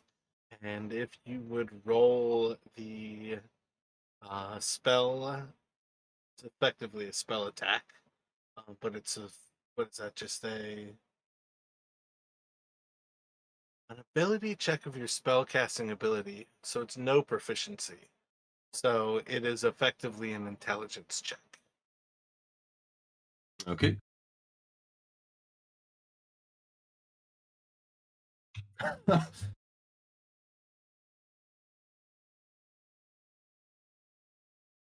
So how do you foresee the casting of this? Is probably one of the higher level, and it's still only a third level spell.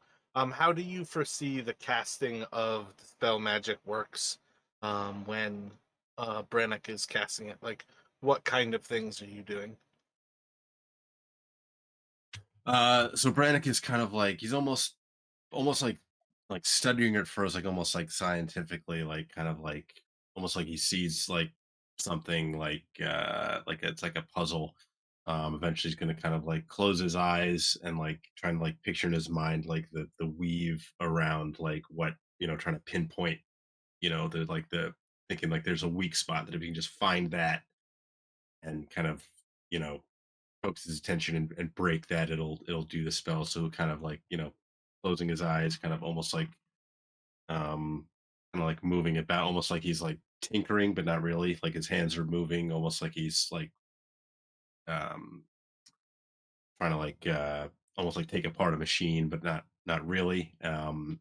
and then finally he'll kind of like at the end, like he's muttering some words like all as he's saying this, um, and then eventually he'll kind of open his eyes and see if it worked.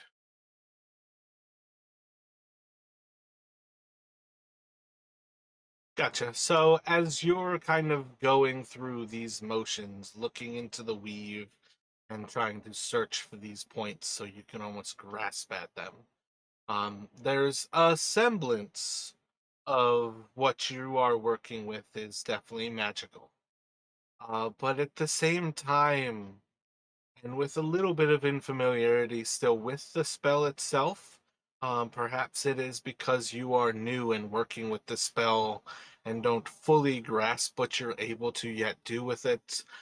Perhaps this is something kind of outside of the weave. There's something about this that as you're trying to go through, it almost feels just beyond your grasp, that as you search for these weak points, you go to reach out for them, and it seems that the closer you get, the further they are away from you. And this kind of continues on until you feel the magic kind of coming to its culmination, to where it comes down to it's time to apply it or to lose this, as you're almost getting out of control of the ability of the spell, that something catastrophic can happen if you try to hold on to this attachment to the weave much longer.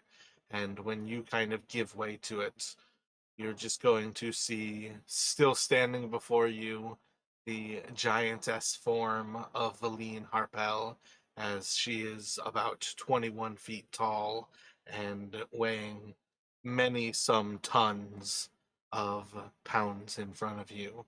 Just a small little wall, and with a little bit of a disappointment and perhaps a little bit of recognition herself, she's just going to look down and, I thought so. Thank you for trying. Thank you for being a friend.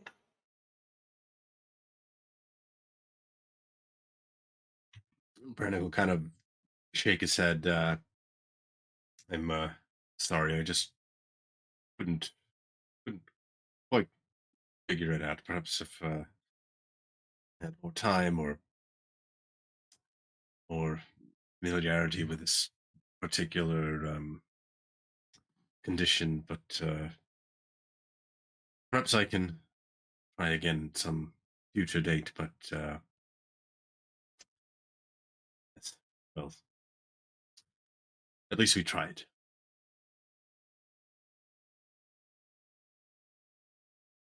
And he's kind of more. He's like Brannick is clearly kind of like he's upset with himself for not so much because he wasn't able to help Valine, but because he wasn't able to figure it out. Um,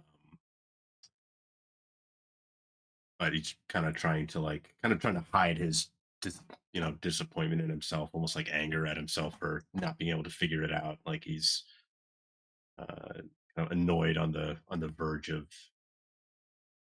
You're like yeah. seeing more into yourself and kind of a lacking in your own ability than necessarily that you really cared whether you helped her or not. Exactly. Yeah, he's like he wanted to yeah, exactly.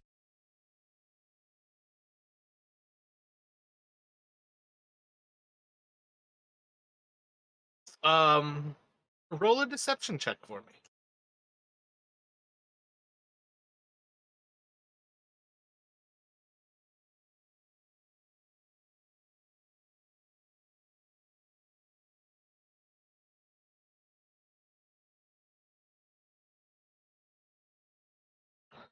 Perhaps is when she kind of says, like in a moment of vulnerability, like, thank you for being a friend. She's going to kind of see a little flicker in your eye, and with a little nod of recognition, she'll kind of look back to you and, You would do well in the Brotherhood, recognizing your own faults, but looking for an opportunity with those who could just as easily be your enemies. But we are friends, for our way, and I still thank you for trying.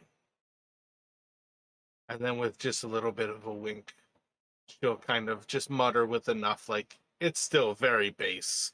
It's still going to cut through a lot of the actual winds all about you. But basically, with just kind of that recognition, even if your own pride was pushing you forward.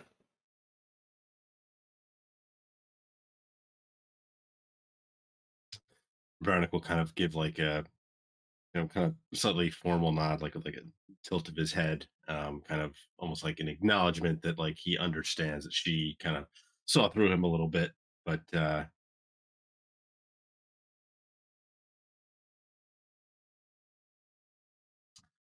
and so I've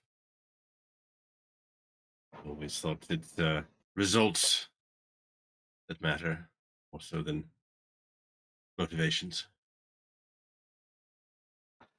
This is going to be another one of the occasions where you're just going to hear the voice of Dazan in your head. The bitch has never gotten by with her own magic. It's always been others who do the heavy lifting for that one.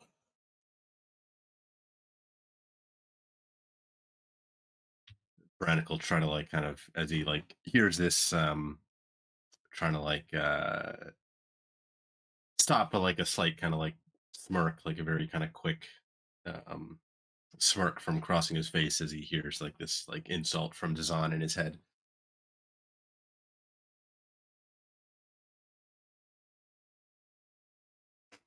And I feel like kind of mixed into that, maybe a little bit of a quip about her being a very new wizard. Um, I'm not sure how to phrase it myself. I'm perhaps not creative enough to cut down somebody like this, but I feel like he kind of has a little cut across her, basically referencing like this is an older woman. She's like mid 40s, if not pushing like into 50 years old, and he's basically going to, in that same little moment, kind of share this idea that she's only practiced magic for about 10 or so years. This is somebody who is an old woman in life and a child in the magical sphere.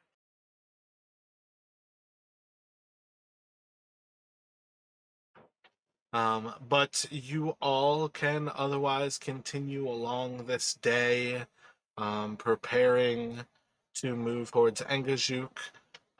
Again, if you would like Valine to carry any amount of the other elk meat, there's next to no limit to what she can carry, push, or drag.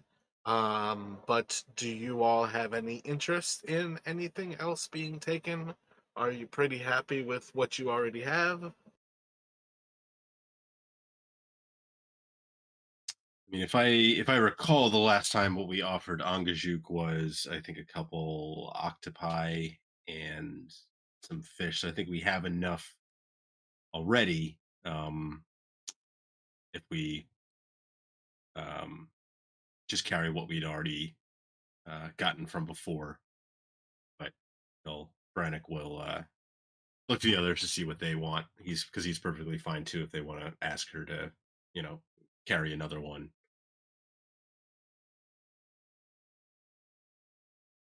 It probably As wouldn't. long as we have enough for what we need, we we have more than enough personal use. So And it may not hurt to have a brain more, but at the same time, with the way this thing is going, it would probably be an issue if she were to shrink back down to normal size while carrying some of that, because then that just leaves us all down here and just been rained on by elk, and I don't want to be meeting my maker and be like, "Yeah, we died to a rain of elk." That TPPK by Elk Popsicle. yeah, that that. You got like a 9-ton like cube of frozen elk that's 21 feet above your heads, and all of a sudden she instantly turns back to normal size, and all four of you get squished. Imagine that story going up on the D&D Reddit. Feel like maybe like the oh, the spell actually worked. Just bit of a delayed reaction.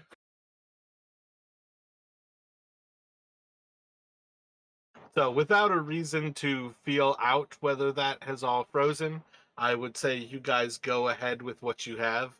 It's still some 660 pounds of meat. I don't think you guys are lacking for rations for quite a long time, almost regardless of how much you give to Angajuk.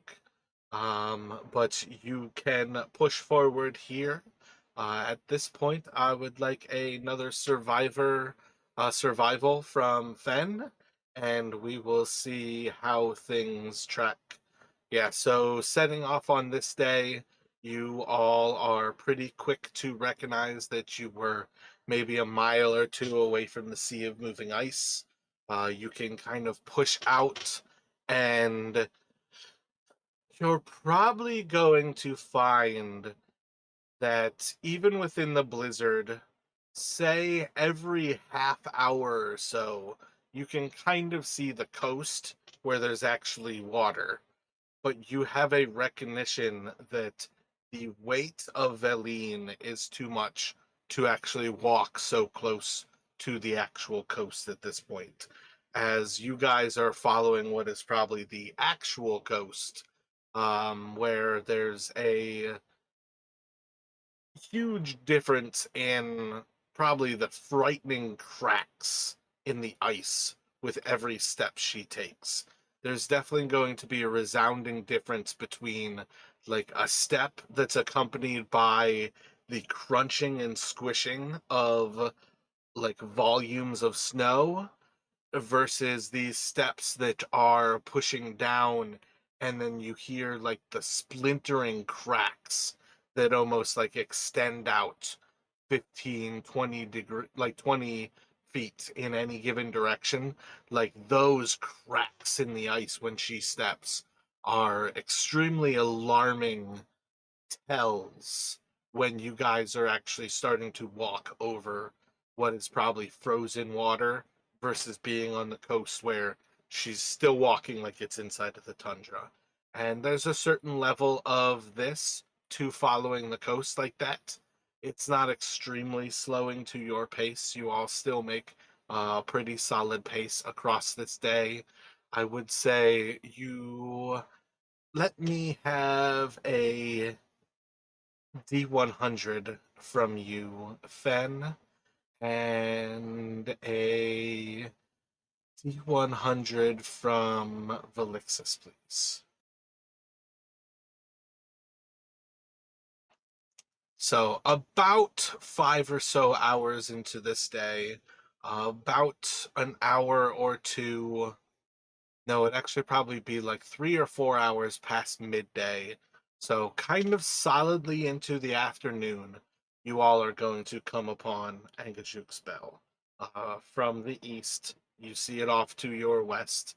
You are going to once again get kind of the first signs of it a ways off, just in a subtle break in the actual blizzard. But over time, as you approach, you kind of confirm with little views of it until 15 or 20 minutes later, you are effectively on top of Angajuk's hut. And you all can kind of make that next assessment. You have food on you. You could ring the bell right away. You could fish for squid or octopi if you wanted to do that. But more or less, you guys are making it to this little shelter around a few hours before dusk. Do I have this one showing Are you guys on a black screen? I felt like I didn't do Fog of War, but Yeah, I got It's a black Black's. screen. Yeah, black screen for me as well. gotcha. My bad. It's definitely a habit to do Fog of War. I thought I left this one open. But yeah, so you guys can reapproach this little area and decide what you would like to do as you've arrived back at the uh, old location of Anga's hut and the place where she used to summon Angajuk.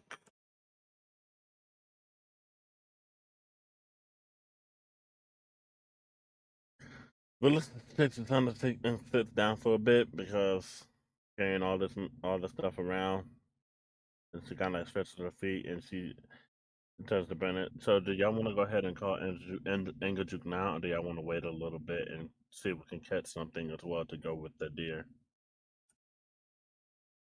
Well, I, for one, am curious whether whales like elk, and we have all this meat with us. Might as well see if she'll accept it.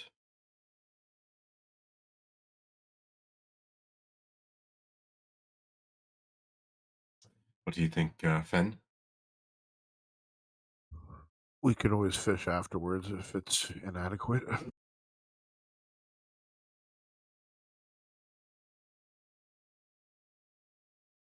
So, but looks kind of just goes, all right. So, if we're gonna call and call now, I know address, and I'm gonna go ahead and ring the bell. Dinner time for Angajuk. And Melissa walks up and rings the bell as loud as she can.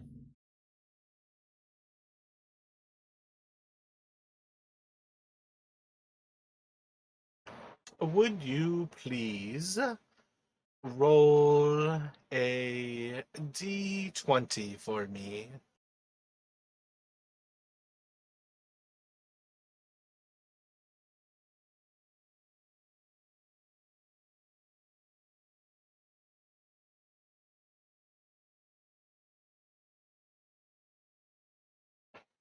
So, as Velixis rings the bell, you all are standing around with anticipation, or what kind of thoughts are going through your heads?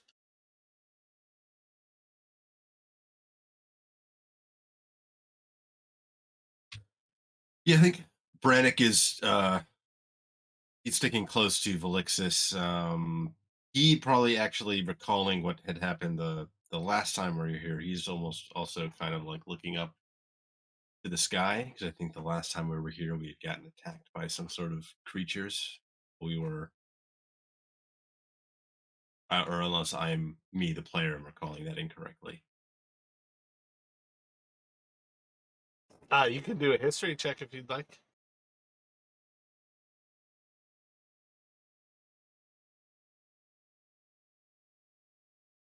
Yeah, so you distinctly remember that the last time you rung that bell, vultures did flock to that rock and they attacked.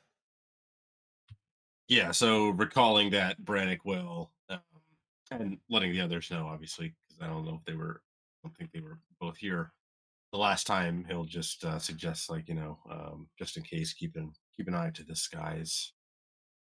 Not that we can see too much through the blizzard, but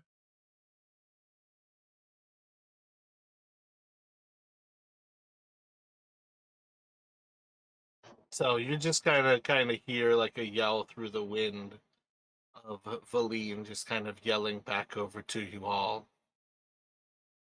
Do we just wait?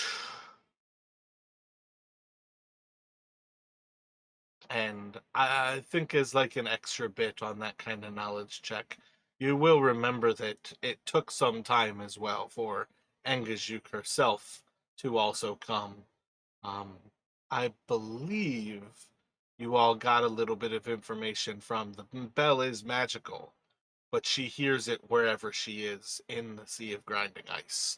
So she might be ages away, she might be close by. You kind of don't really know how long to expect. Um, I believe the last time it took about an hour or so for her to arrive. Yeah, so Brannick will kind of like shout back, I should hear it, but I suppose it depends on just how nearby she is. I believe she roams a fair bit, so we may be in for a bit of a wait. Yes.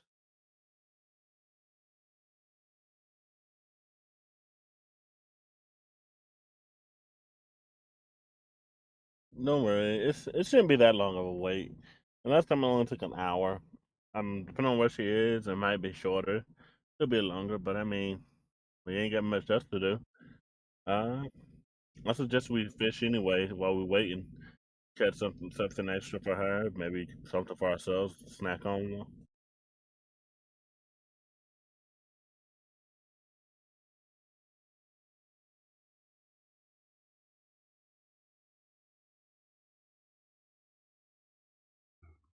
Um, this these huts are they're empty. I take it. Empty as there's nobody inside of them, yes. Effectively, this hut is shows signs of it was lived in some ages ago. There is firewood inside that it has vastly rotted away. There's still some kind of like of the fiber remaining, but I don't know if you've ever had the pleasure of picking up firewood that has effectively been consumed by mycelium, but you kind of pick it up and it almost like turns to dust in your hand. But it otherwise kind of looks like firewood. But effectively, what this hut is it shows signs of at some point being lived in. Anybody who really looks around sees that it's over 10 or so years since somebody's really been here. So nothing to build a worthwhile fire with.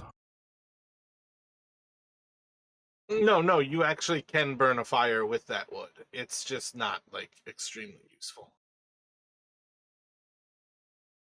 But it does indeed burn.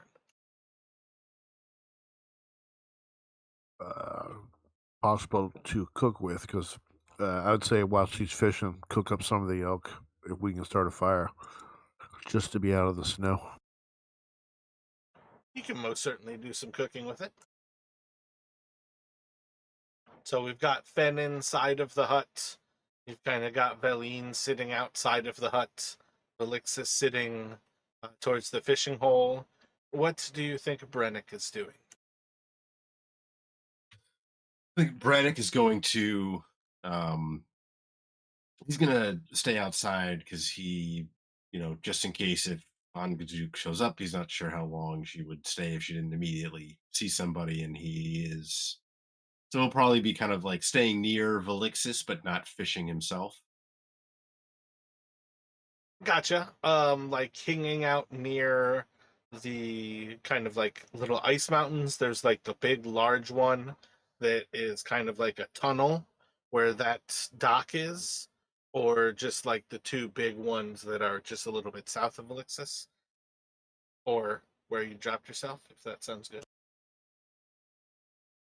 Uh,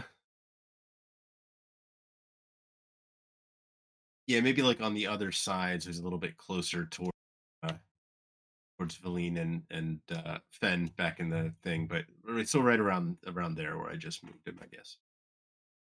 Gotcha. So let me have a what is it? It's a survival check from Velixis, please.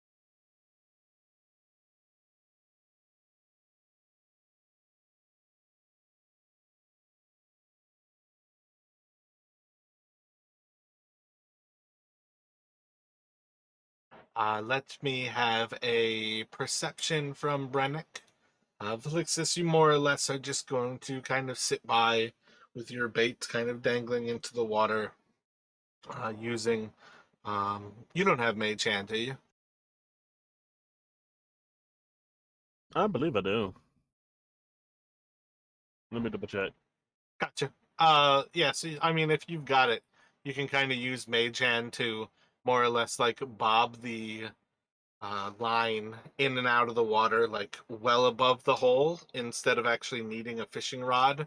So you kind of use this hand as like a safety device in between yourself and everything at hand, and kind of just spend your time just more or less relaxed. You don't have a pressure that you need to catch anything, but you spend this next hour kind of going ahead, pretty well failing at fishing.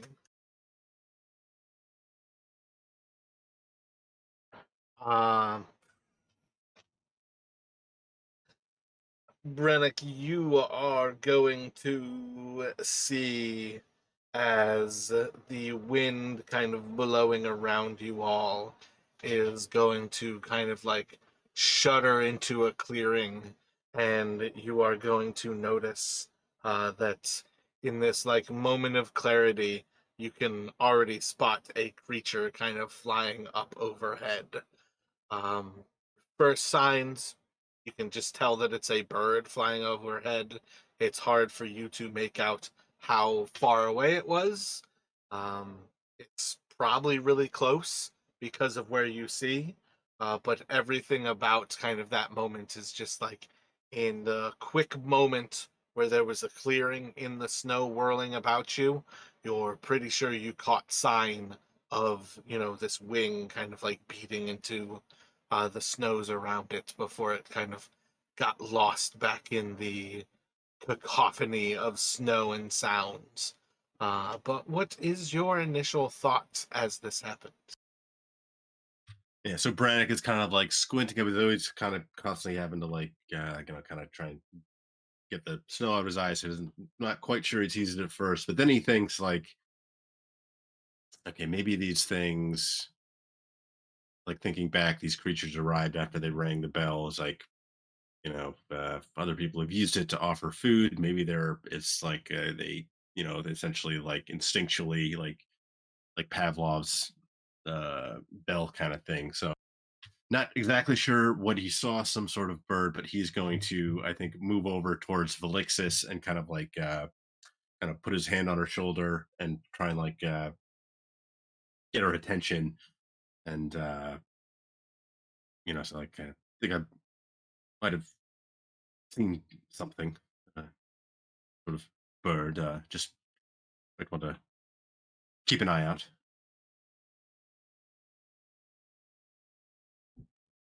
Them just look at you and say, "Oh, yeah. All right." And she kind of looks up at the air and she continues to try to bob the thing, trying to fish to see if she can catch something. Let me have the two of you roll initiative here.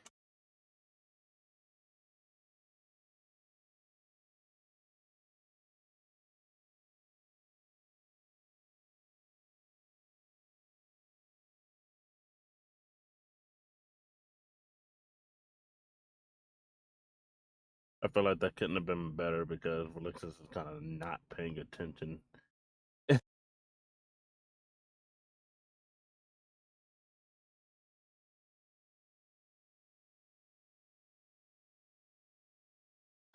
Alrighty, Brennick. So as Felixis is kind of like brushing you off, you are going to, with your eyes still kind of like trying to peer through the snow blazing around you, you are able to kind of see the same sort of like V-shaped of how birds tuck their wings as a raptor starts to swoop down from on high. What would you like to do as you see the first signs that these things are attacking? So I think uh, he's going to throw up his hand to launch a firebolt at the one that he spots first, and he's going to like shout like more insistently like Felixis,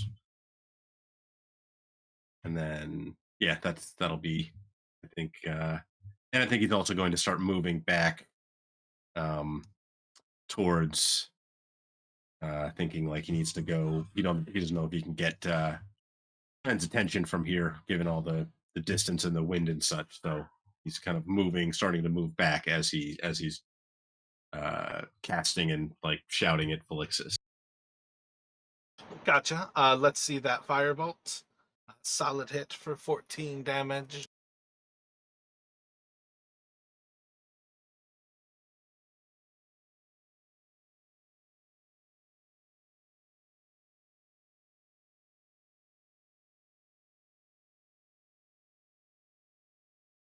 It is going to slam down into Velixis, and it is going to bite at you with its beak, and it will crit, and then claw at you with its talons, which should be a miss at 11. It is going to deal 11 points in piercing damage to you, Velixis. Um, so again, it's just a reminder, when you guys do long rest, you get that 10 temporary hit points from Lathander. So effectively, Velixis, you should just be missing 1 of your normal hit points. And that's going to take us to another of these creatures.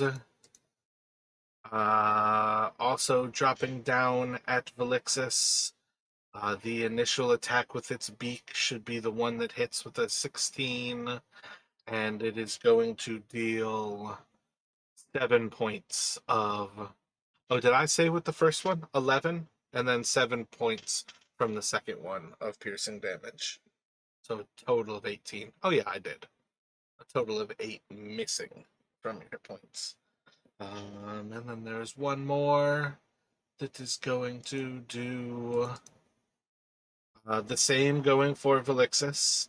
Each of these 2 will hit, and it is going to deal 8 more piercing damage to you, Velixis, and then 12 slashing damage as it kind of rakes across you. And right now there are 3 of these creatures effectively flying overhead. More or less, they are all kind of biting at you and tearing at your flesh. This is probably feels a lot like being drawn and quartered right now, where you are being pulled from different angles and different places, and your flesh is kind of being torn from your skin. What is Velixis going to do? Oh, my bad. I rolled for Valine next. Valine doesn't know yet. So yeah, it is the Velixis. Velixis just yells out, "Motherfuck!" and she just throws a fireball up at the creatures.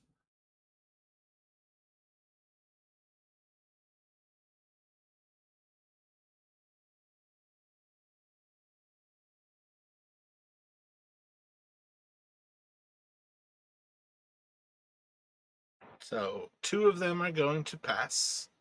1 of them is going to fail. Yeah, so the 2 that are still alive are each mortally wounded at this point. And I think the one thing that I was still remaining to do is I need uh, initiative from Fen as well.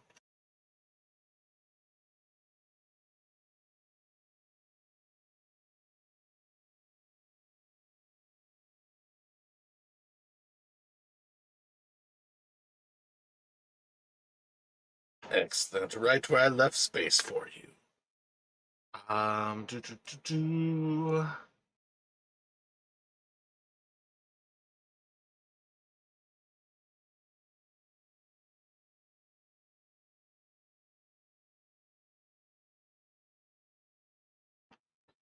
So 1 more creature is going to drop down. This one is swooping for Brennick, and both of those attacks are going to miss. And then we are going to go for Brennick. You have 1 directly in front of you as it is swooped down to the ground. And then there are 2 still on Velixis as they are charred and burnt from the fireball. The third is kind of falling away from him or from her. Okay, is it within 5 feet or is it kind of above me still? It's effectively within 5 feet of you right now. Gotcha. Yeah, so I think Brannick is going to still, I think he's kind of like he's gonna continue on trying like moving back, hoping to like shouting for Finn.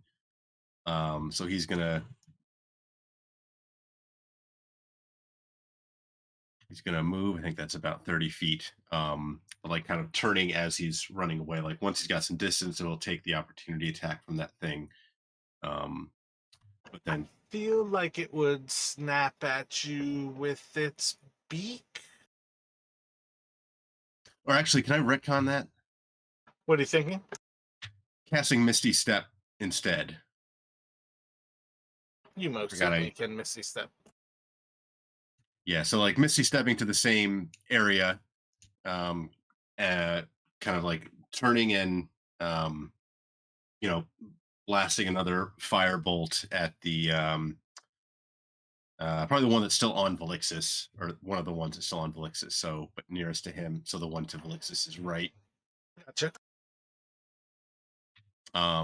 And also, if he can, if this is not too much, like shouting, trying to shout to get Fenn's attention.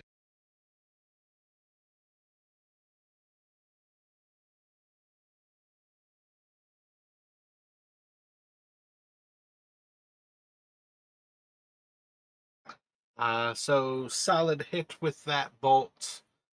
Shit, I didn't write down half of the fireball. It was 16. Looks like 16. Yeah.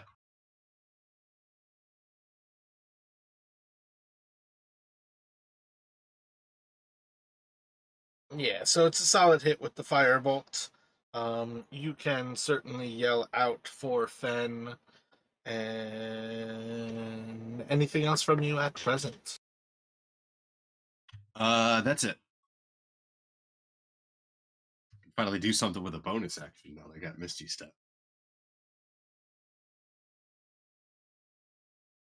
So that is going to take us to one of the creatures. It is going to swoop towards Brennick and bite out and then claw at him. I believe the bite's going to miss with a 13. The claw will hit with a 17. Velixis, if you would like, you can react to that creature flying away from you.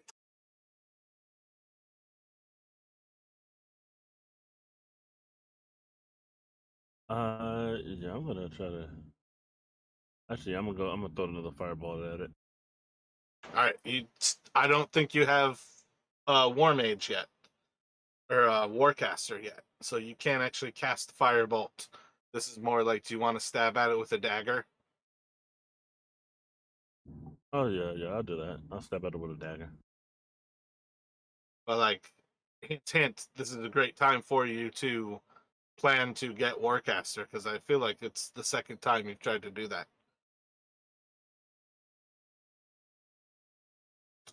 So it is going to deal 13 points of damage to you, Brennick, as it swoops over and claws into you.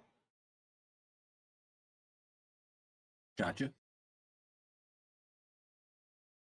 Right, because your AC is normally over 13. Like once you have Yeah, mage that 16 armor, is okay, 16 is with the mage armor. Yeah, I leave it up, but it would be because he's always got it cast. So yeah.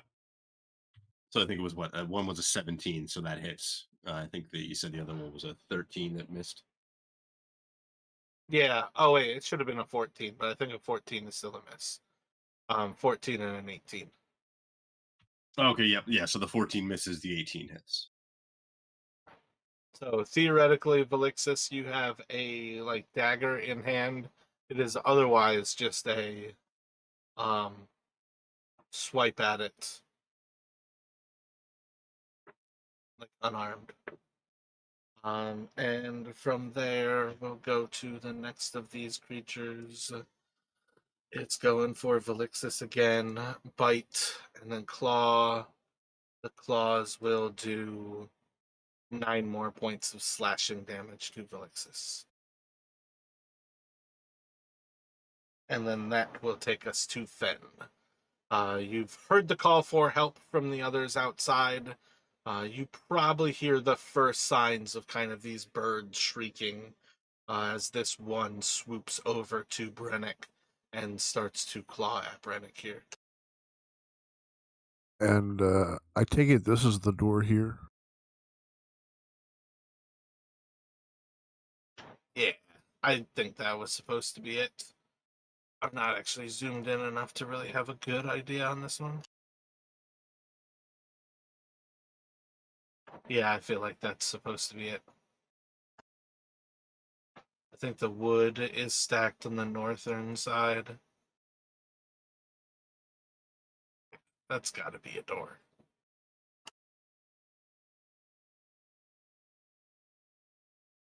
Okay, I'm going to spend 1 key for a bonus action dash,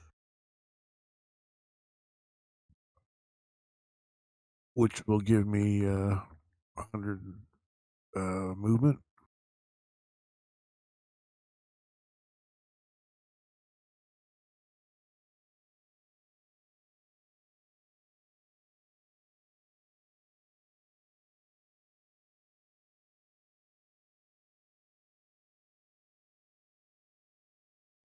So theoretically, I can make it up to where Velixis is. Sounds about right. I'm going to move.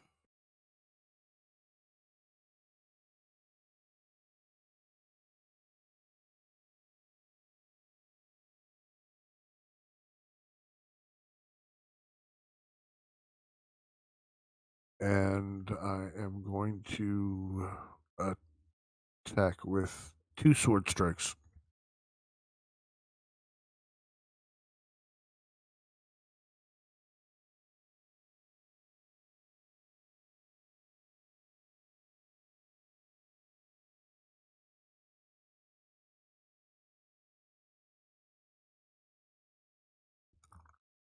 For a total of 8. I take it a 19 will hit.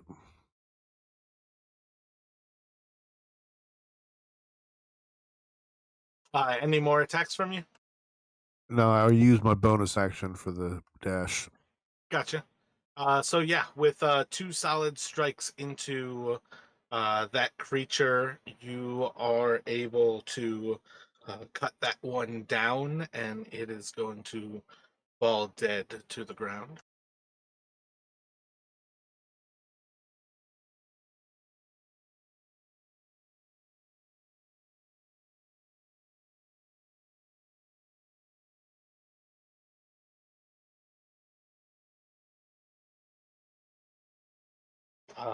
Theoretically, that will take us to Valine here. She is kind of looking from the sidelines, not able to do much, but she is going to reach out, and I believe.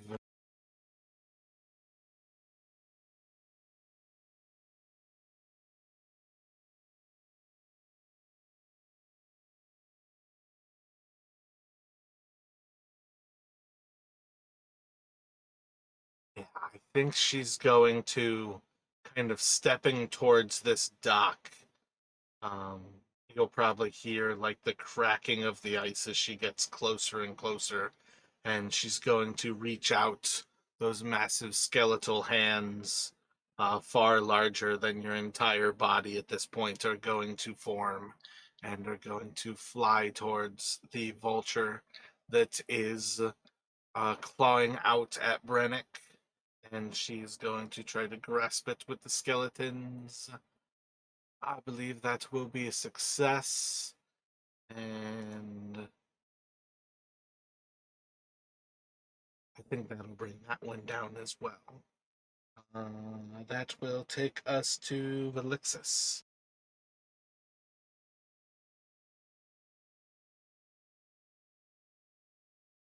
I'm gonna cast fireball at the creature nearest to me. That's still the one that's still alive. Excellent. Solid hit. 8 damage. Alright, so that one that just got burned by the firebolt from Velixis is going to turn and strike out at Finn. It will hit you with its beaks And then as it tries to claw out at you with its talons, they are going to miss. As it bites into you with its beak, it's going to do 8 piercing damage. And then the next of these creatures is going to swoop down into Brennick. And I believe both of those will miss, 15 being, or 16 is the highest. Is 16 a hit? 16 actually just hits. That's my AC. Gotcha. So it will be able to bite into you with its beak, doing 6 piercing damage as it swoops down to you. And I think that takes us top of the order back to Brent. All right, so Brannick is kind of like just turning to like give a nod of thanks to Valine as he sees like the skeletal arms like swat the one out in the air. But just as he's doing that, he sees this other thing flies in and like kind of like gouges into his shoulder, and he's gonna give a grimace and turn at this thing, and kind of just like instinctively he's gonna throw his hand out and shoot several magical darts, kind of like right into its face as he casts magic missile. First level.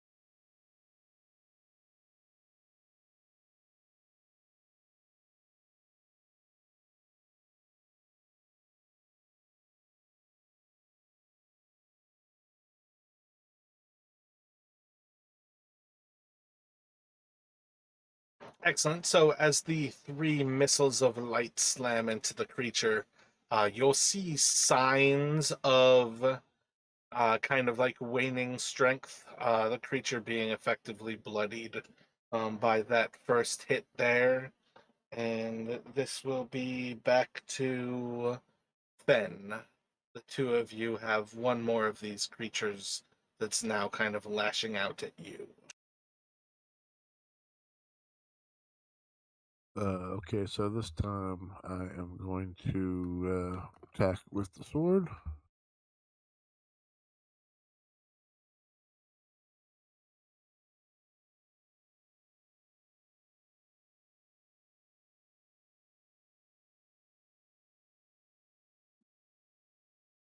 And then I'm going to follow that up with 2 one-arm strikes.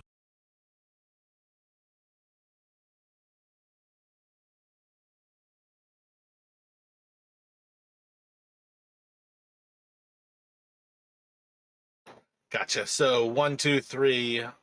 You can bring this creature low as it too drops down to the ground. And we are gonna go towards. Do you have any other movement? Otherwise, it's gonna go towards Valine. No, end of turn.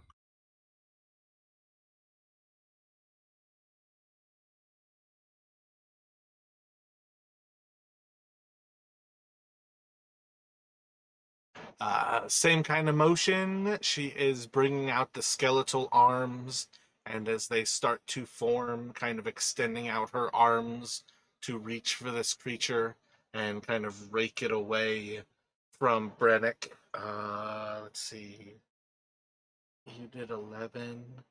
Yeah, so as this thing kind of gets like torn apart by these spectral arms, you're going to see that this creature is mortally wounded at this point. Um, and it's going to go to Velixis.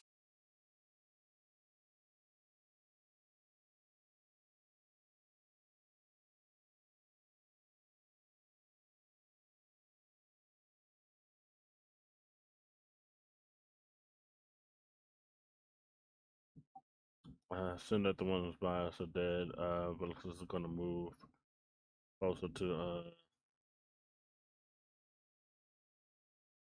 towards Brennick, or at least move where she can get a better shot. Hold on.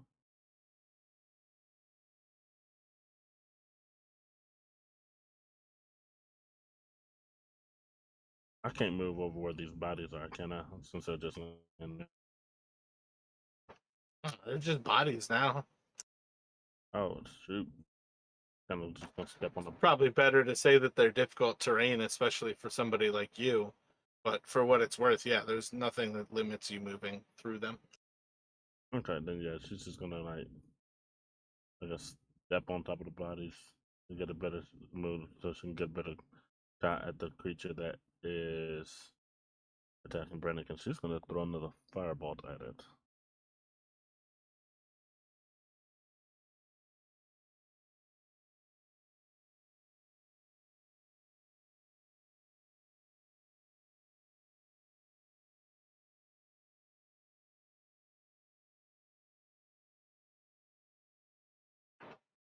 So with the last of these carrion birds kind of falling to the ground, again, the odd silence of you no longer hear the shrieking of the birds.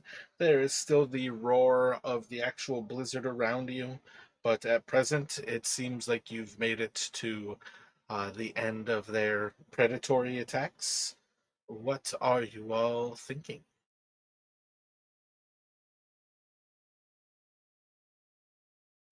The Brannick is like kind of like feel like there's like some like burning feathers kind of falling down from the last of these. He's like swiping them off his clothes as he uh kind of starts moving back towards Felixus and Fen. Kind of looking up, trying to see if he can't hear anymore, but trying to see if he can see any more of these things. Uh and then he's kind of like say like must be attracted by the bell. Must know it's food or something.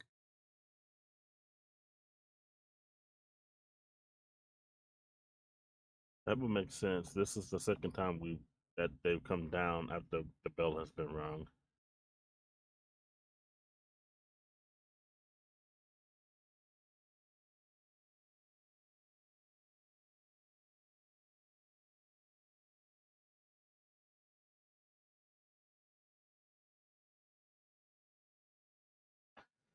So you all can kind of pick up your kind of happenings in this location. Are you going to go back to fishing, Velixis? What are you all thinking as you've kind of dealt with these creatures at present?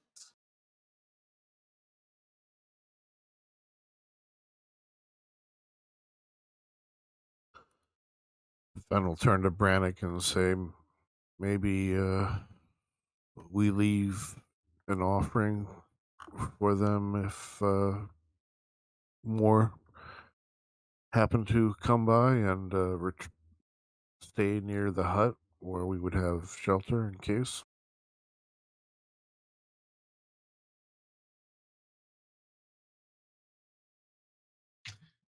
Do you mean perhaps leave a bit of meat out on that over by the bell in case more of them come?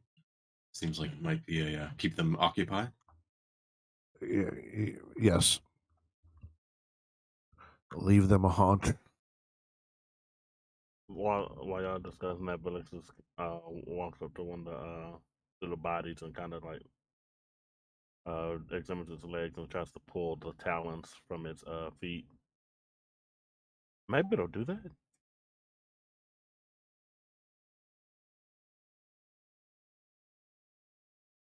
Like if you're trying to take its claws, you could either break off like the phalange or take the entire foot. Yeah, that's what I'm gonna try to do. Do I need to roll for it? I don't think you can fail at that. All right, so two. Yeah. All right. So do I just like add to my inventory 10 falcon feet talons? Oh, you want all of them? Yeah, you can definitely roll if you want all of them. All right. What do you need me to roll? Roll a medicine check.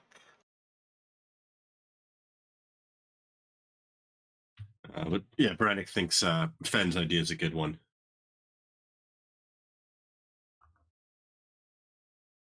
Yeah, I don't think they'll eat their own, so cut up some of that elk deer meat.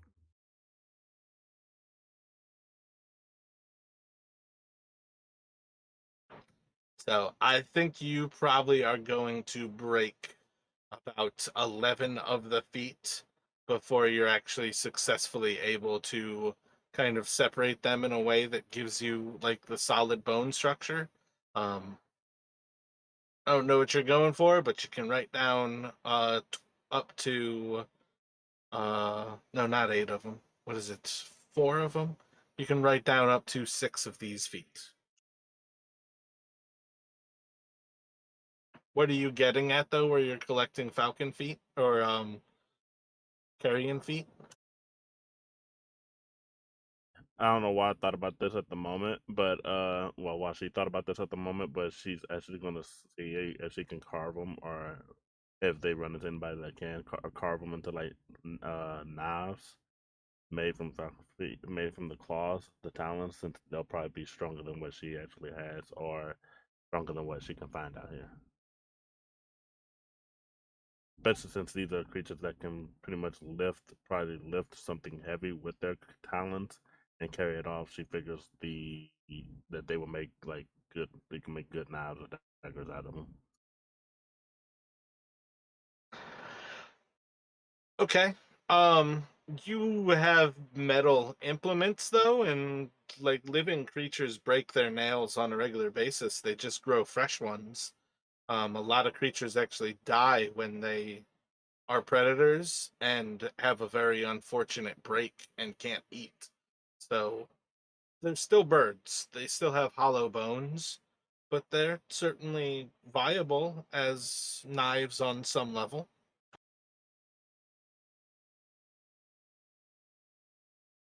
I was almost thinking like you try and turn one of the hands into like a Wolverine glove kind of like flashing thing, like Freddy Krueger. Um, Just You walking got around with one paw. mage walking around with a carrion foot. I got a carrion foot. I'm not afraid to use it. I will stab you with it. So you all then return to kind of the shelter of the hut. Roll a. Hmm.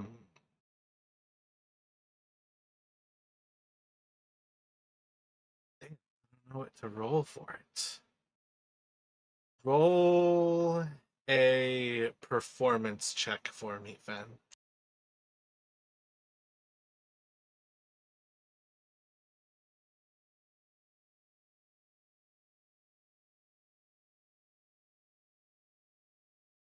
Gotcha. So, kind of walking back into the hut, you are going to find that, well, whatever you were kind of like thawing out and cooking has certainly cooked. It's not quite burnt, but it's definitely to like a level where it probably got a little bit too much heat and kind of dried out on that one side.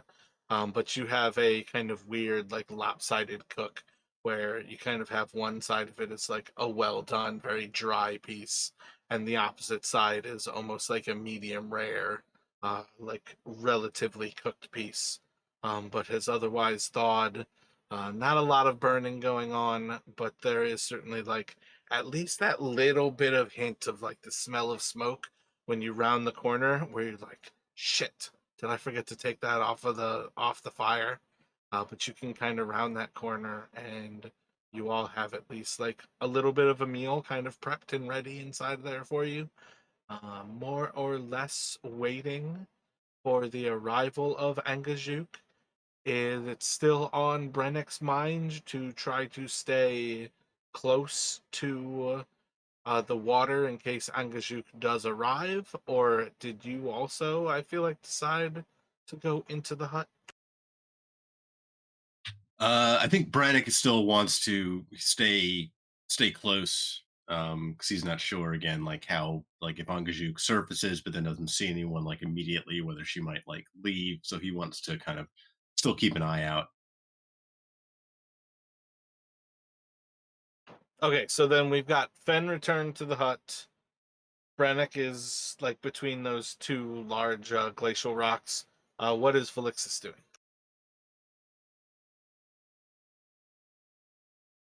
She actually did go back to fishing. Gotcha. Roll a survival check for me.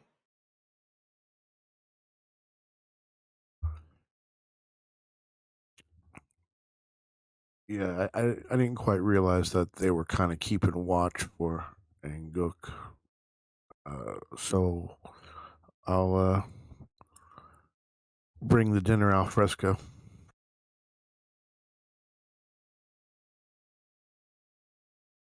and stick together with the party. Gotcha. And as a side note, I am a professional chef, and that has happened to me on more than one occasion. What's that, like stepping away from something and like super overcooking one side? Yeah, well, that's why I always have like 17 timers going in the kitchen.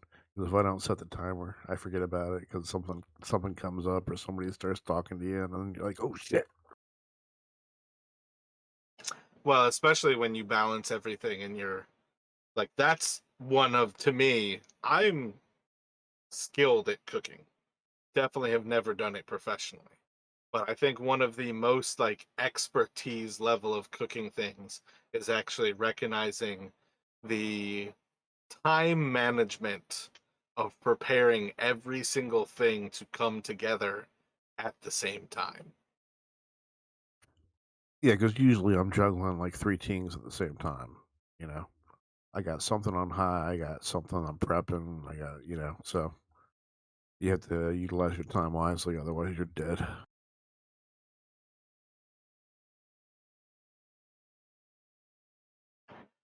Yeah, so returning, there's gonna be another bit of time where like probably more or less Brennick and Fen are sharing some of this elk.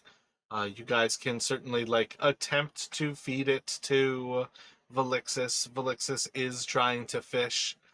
Perhaps every time that you actually do take the time to have a little bit of a morsel is the few moments where there's actually a little bit of action from his fishing line or from her fishing line.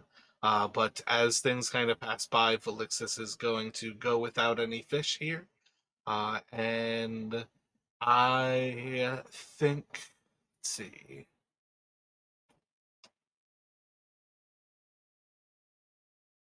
think depending on how it kind of plays out, let me just get two more survival checks from Velixis, and then we're going to skip to when Angajuk actually arrives. Because I think we rolled for the fourth hour is when she's arriving. And can Fen attempt to teach her a couple of tricks of the trade for survival? What are you thinking here? Just basic technique, and maybe there's something. But like, are you trying to do the help action? Exactly. Um,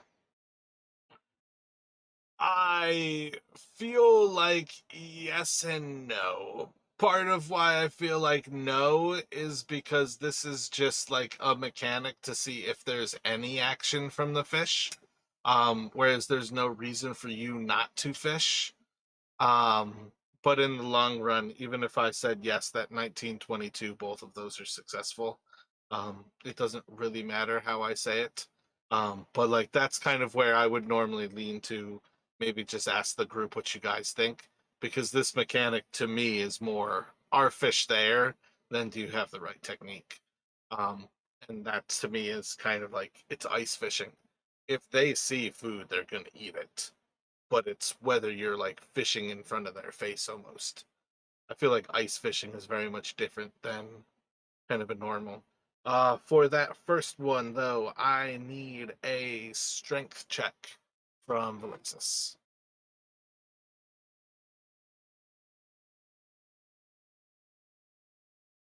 Yeah, I feel like they're like certain things, like if you knew like if there was a certain type of bait depending on the fish, or like you were familiar with this fishing spot and you knew kind of like if they tended to congregate somewhere, it would make sense to be able to help, but it would kind of be situation specific.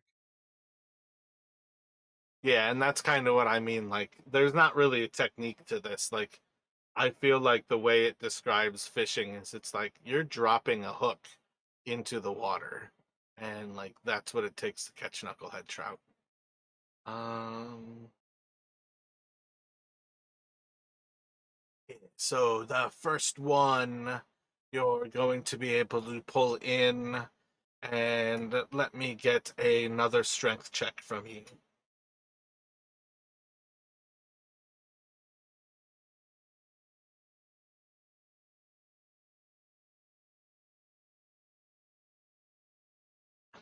And the second one as well, you can pull out of the water.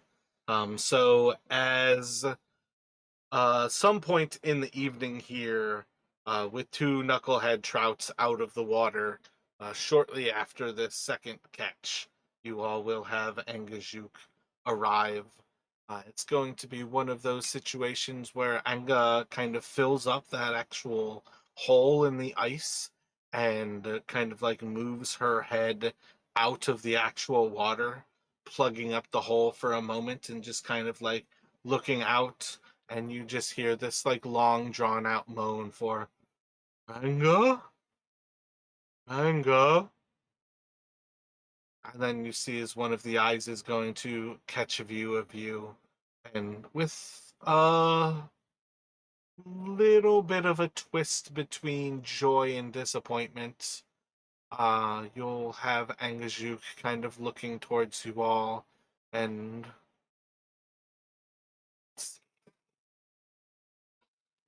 feel like she's intelligent enough. Yeah. So she'll kind of look and seeing, I believe Felixus and Brennick have already rode with Engishuk, right? Yeah. Yeah. So she's going to recognize the two of you and kind of looking down towards the ground and towards the two of you. She'll just kind of with a little bit of a like hesitant, like again, joyful and almost remorseful. Hello. It's good to see you again, friends. What has brought you back to Anga's hut?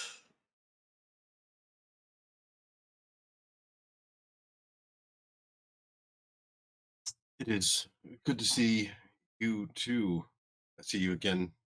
Well, Angajuk and Brian will also introduce Fen and kind of and gesture off towards Valine, who I guess is kind of staying back towards the hut for now. We were hoping we might be able to you might be able to give us another ride. We do. We've got a bit of food for you. The, if you'd like, but yes, we're hoping you might be able to give us another ride.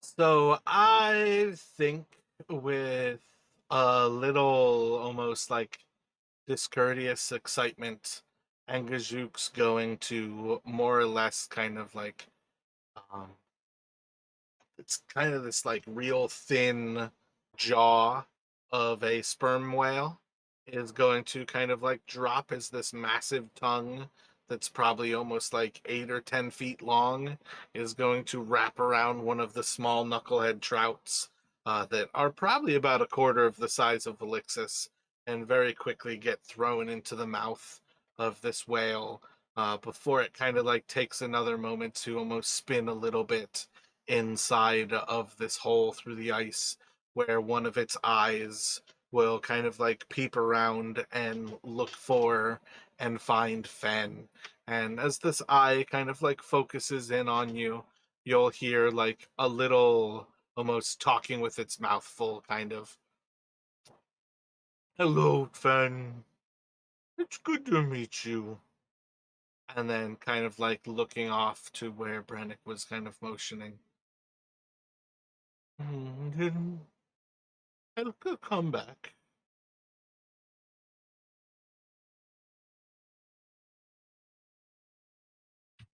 She's not with us At this time, is off a bit of her own business.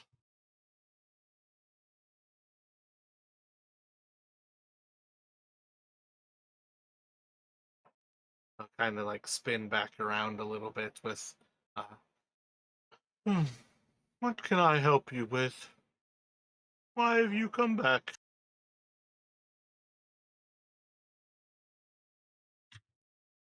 Are you familiar with the place known as the island of Auril? I was going to ask it kind of hesitantly, not sure how Angajuk might react to the mention.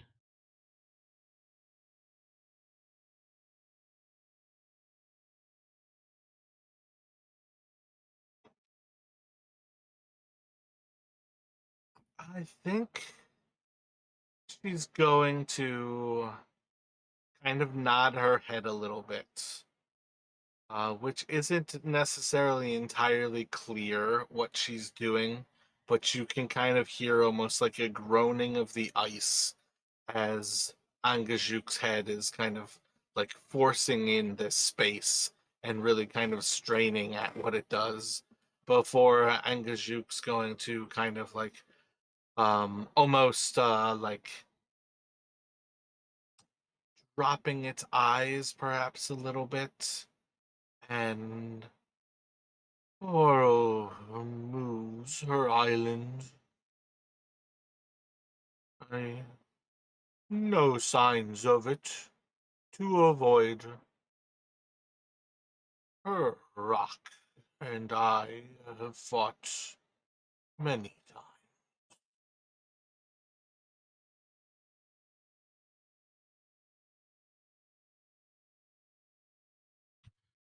Could we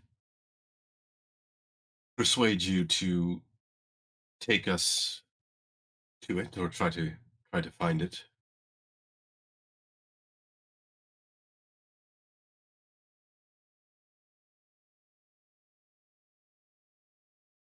It is very dangerous to be there.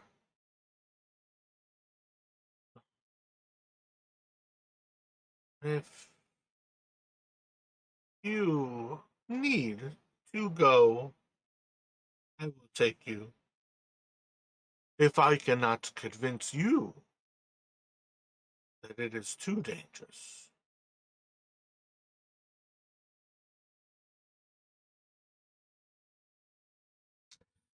Brannick's gonna kind of glance towards Fen and Valixis. He's kind of thinking, we pretty set in our path, but he wants to give them a chance to respond before he says anything back to Angajuk.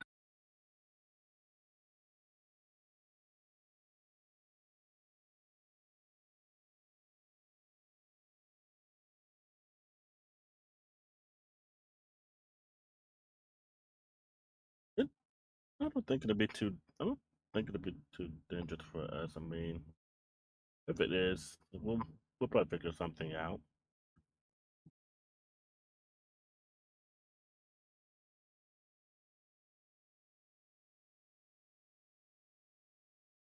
If you are intent on going, I can take you. We will have to travel out of our way to stay safe, but I can help you.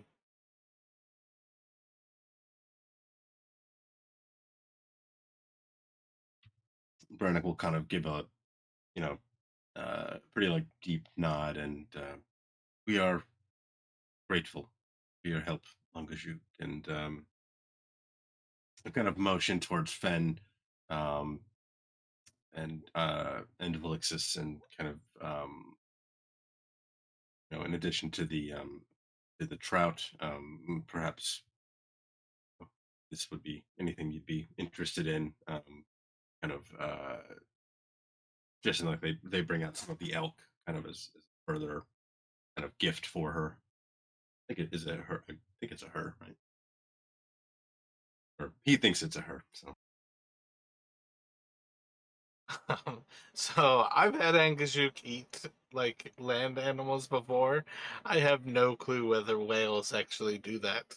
As far as I know, killer whales do. So I've had whales do it, but it definitely dawns on me that this may not be the normal sperm whale activity, the eating of elk. But she will most certainly eat whatever you guys throw into the water for her. Yeah, I'm almost thinking like take like a little kind of a smaller chunk, like to feed it, like see if, almost like a taste test kind of thing. And then if Angajuk seems to like it or not be opposed to it, then they could like feed her more of it. Sounds like a good idea.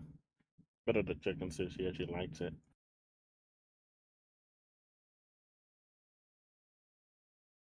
Rather than travel on an indigested whale.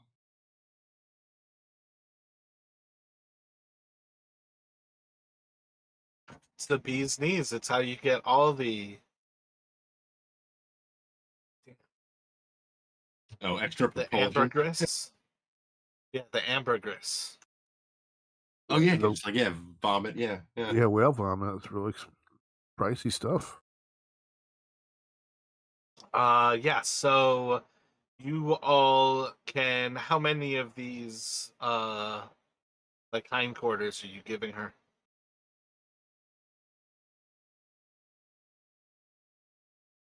And also, I still like I brushed over. Angajuk has not actually seen Feline at present. You guys are still gonna have to deal with that because I still think that's gonna be a funny moment.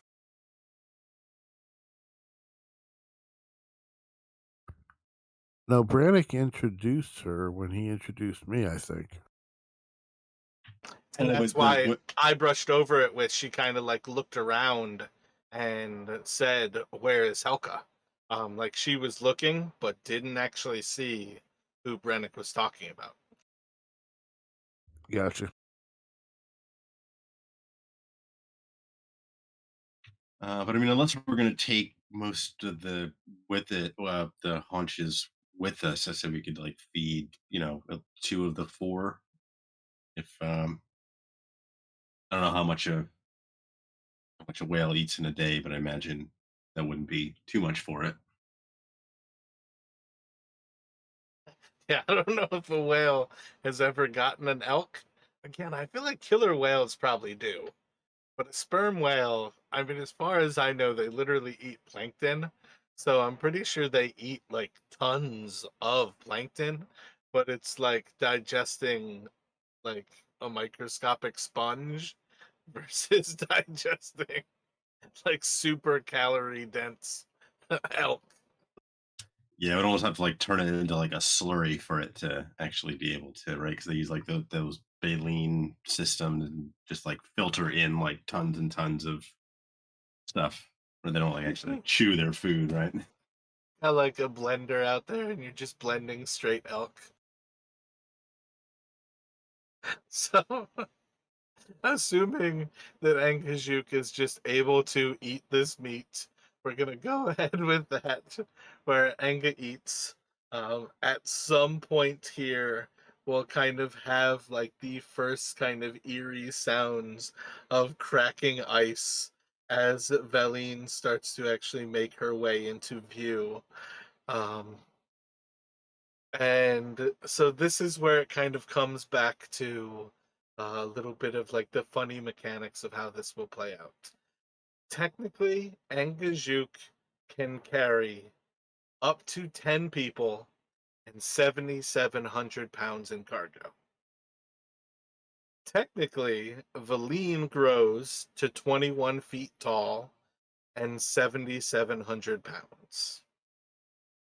So as far as I'm concerned with this idea of not making an actual hindrance, somehow I think that makes it viable that there is a sense of Valine is going to crawl into this. Oh, you know what? I should actually show the picture because you have not seen this, Don, to really understand. But Angajuk has like a harness on her back. She has a ship that rides on her back that Anga put there ages ago. And this ship creates a little bubble of air when Angajuk swims underwater. So Angajuk is this big sperm whale that has like barding on it of essentially a small like pirate kind of a vessel, which Anga put on her back. And where do I have pictures of Angajuk?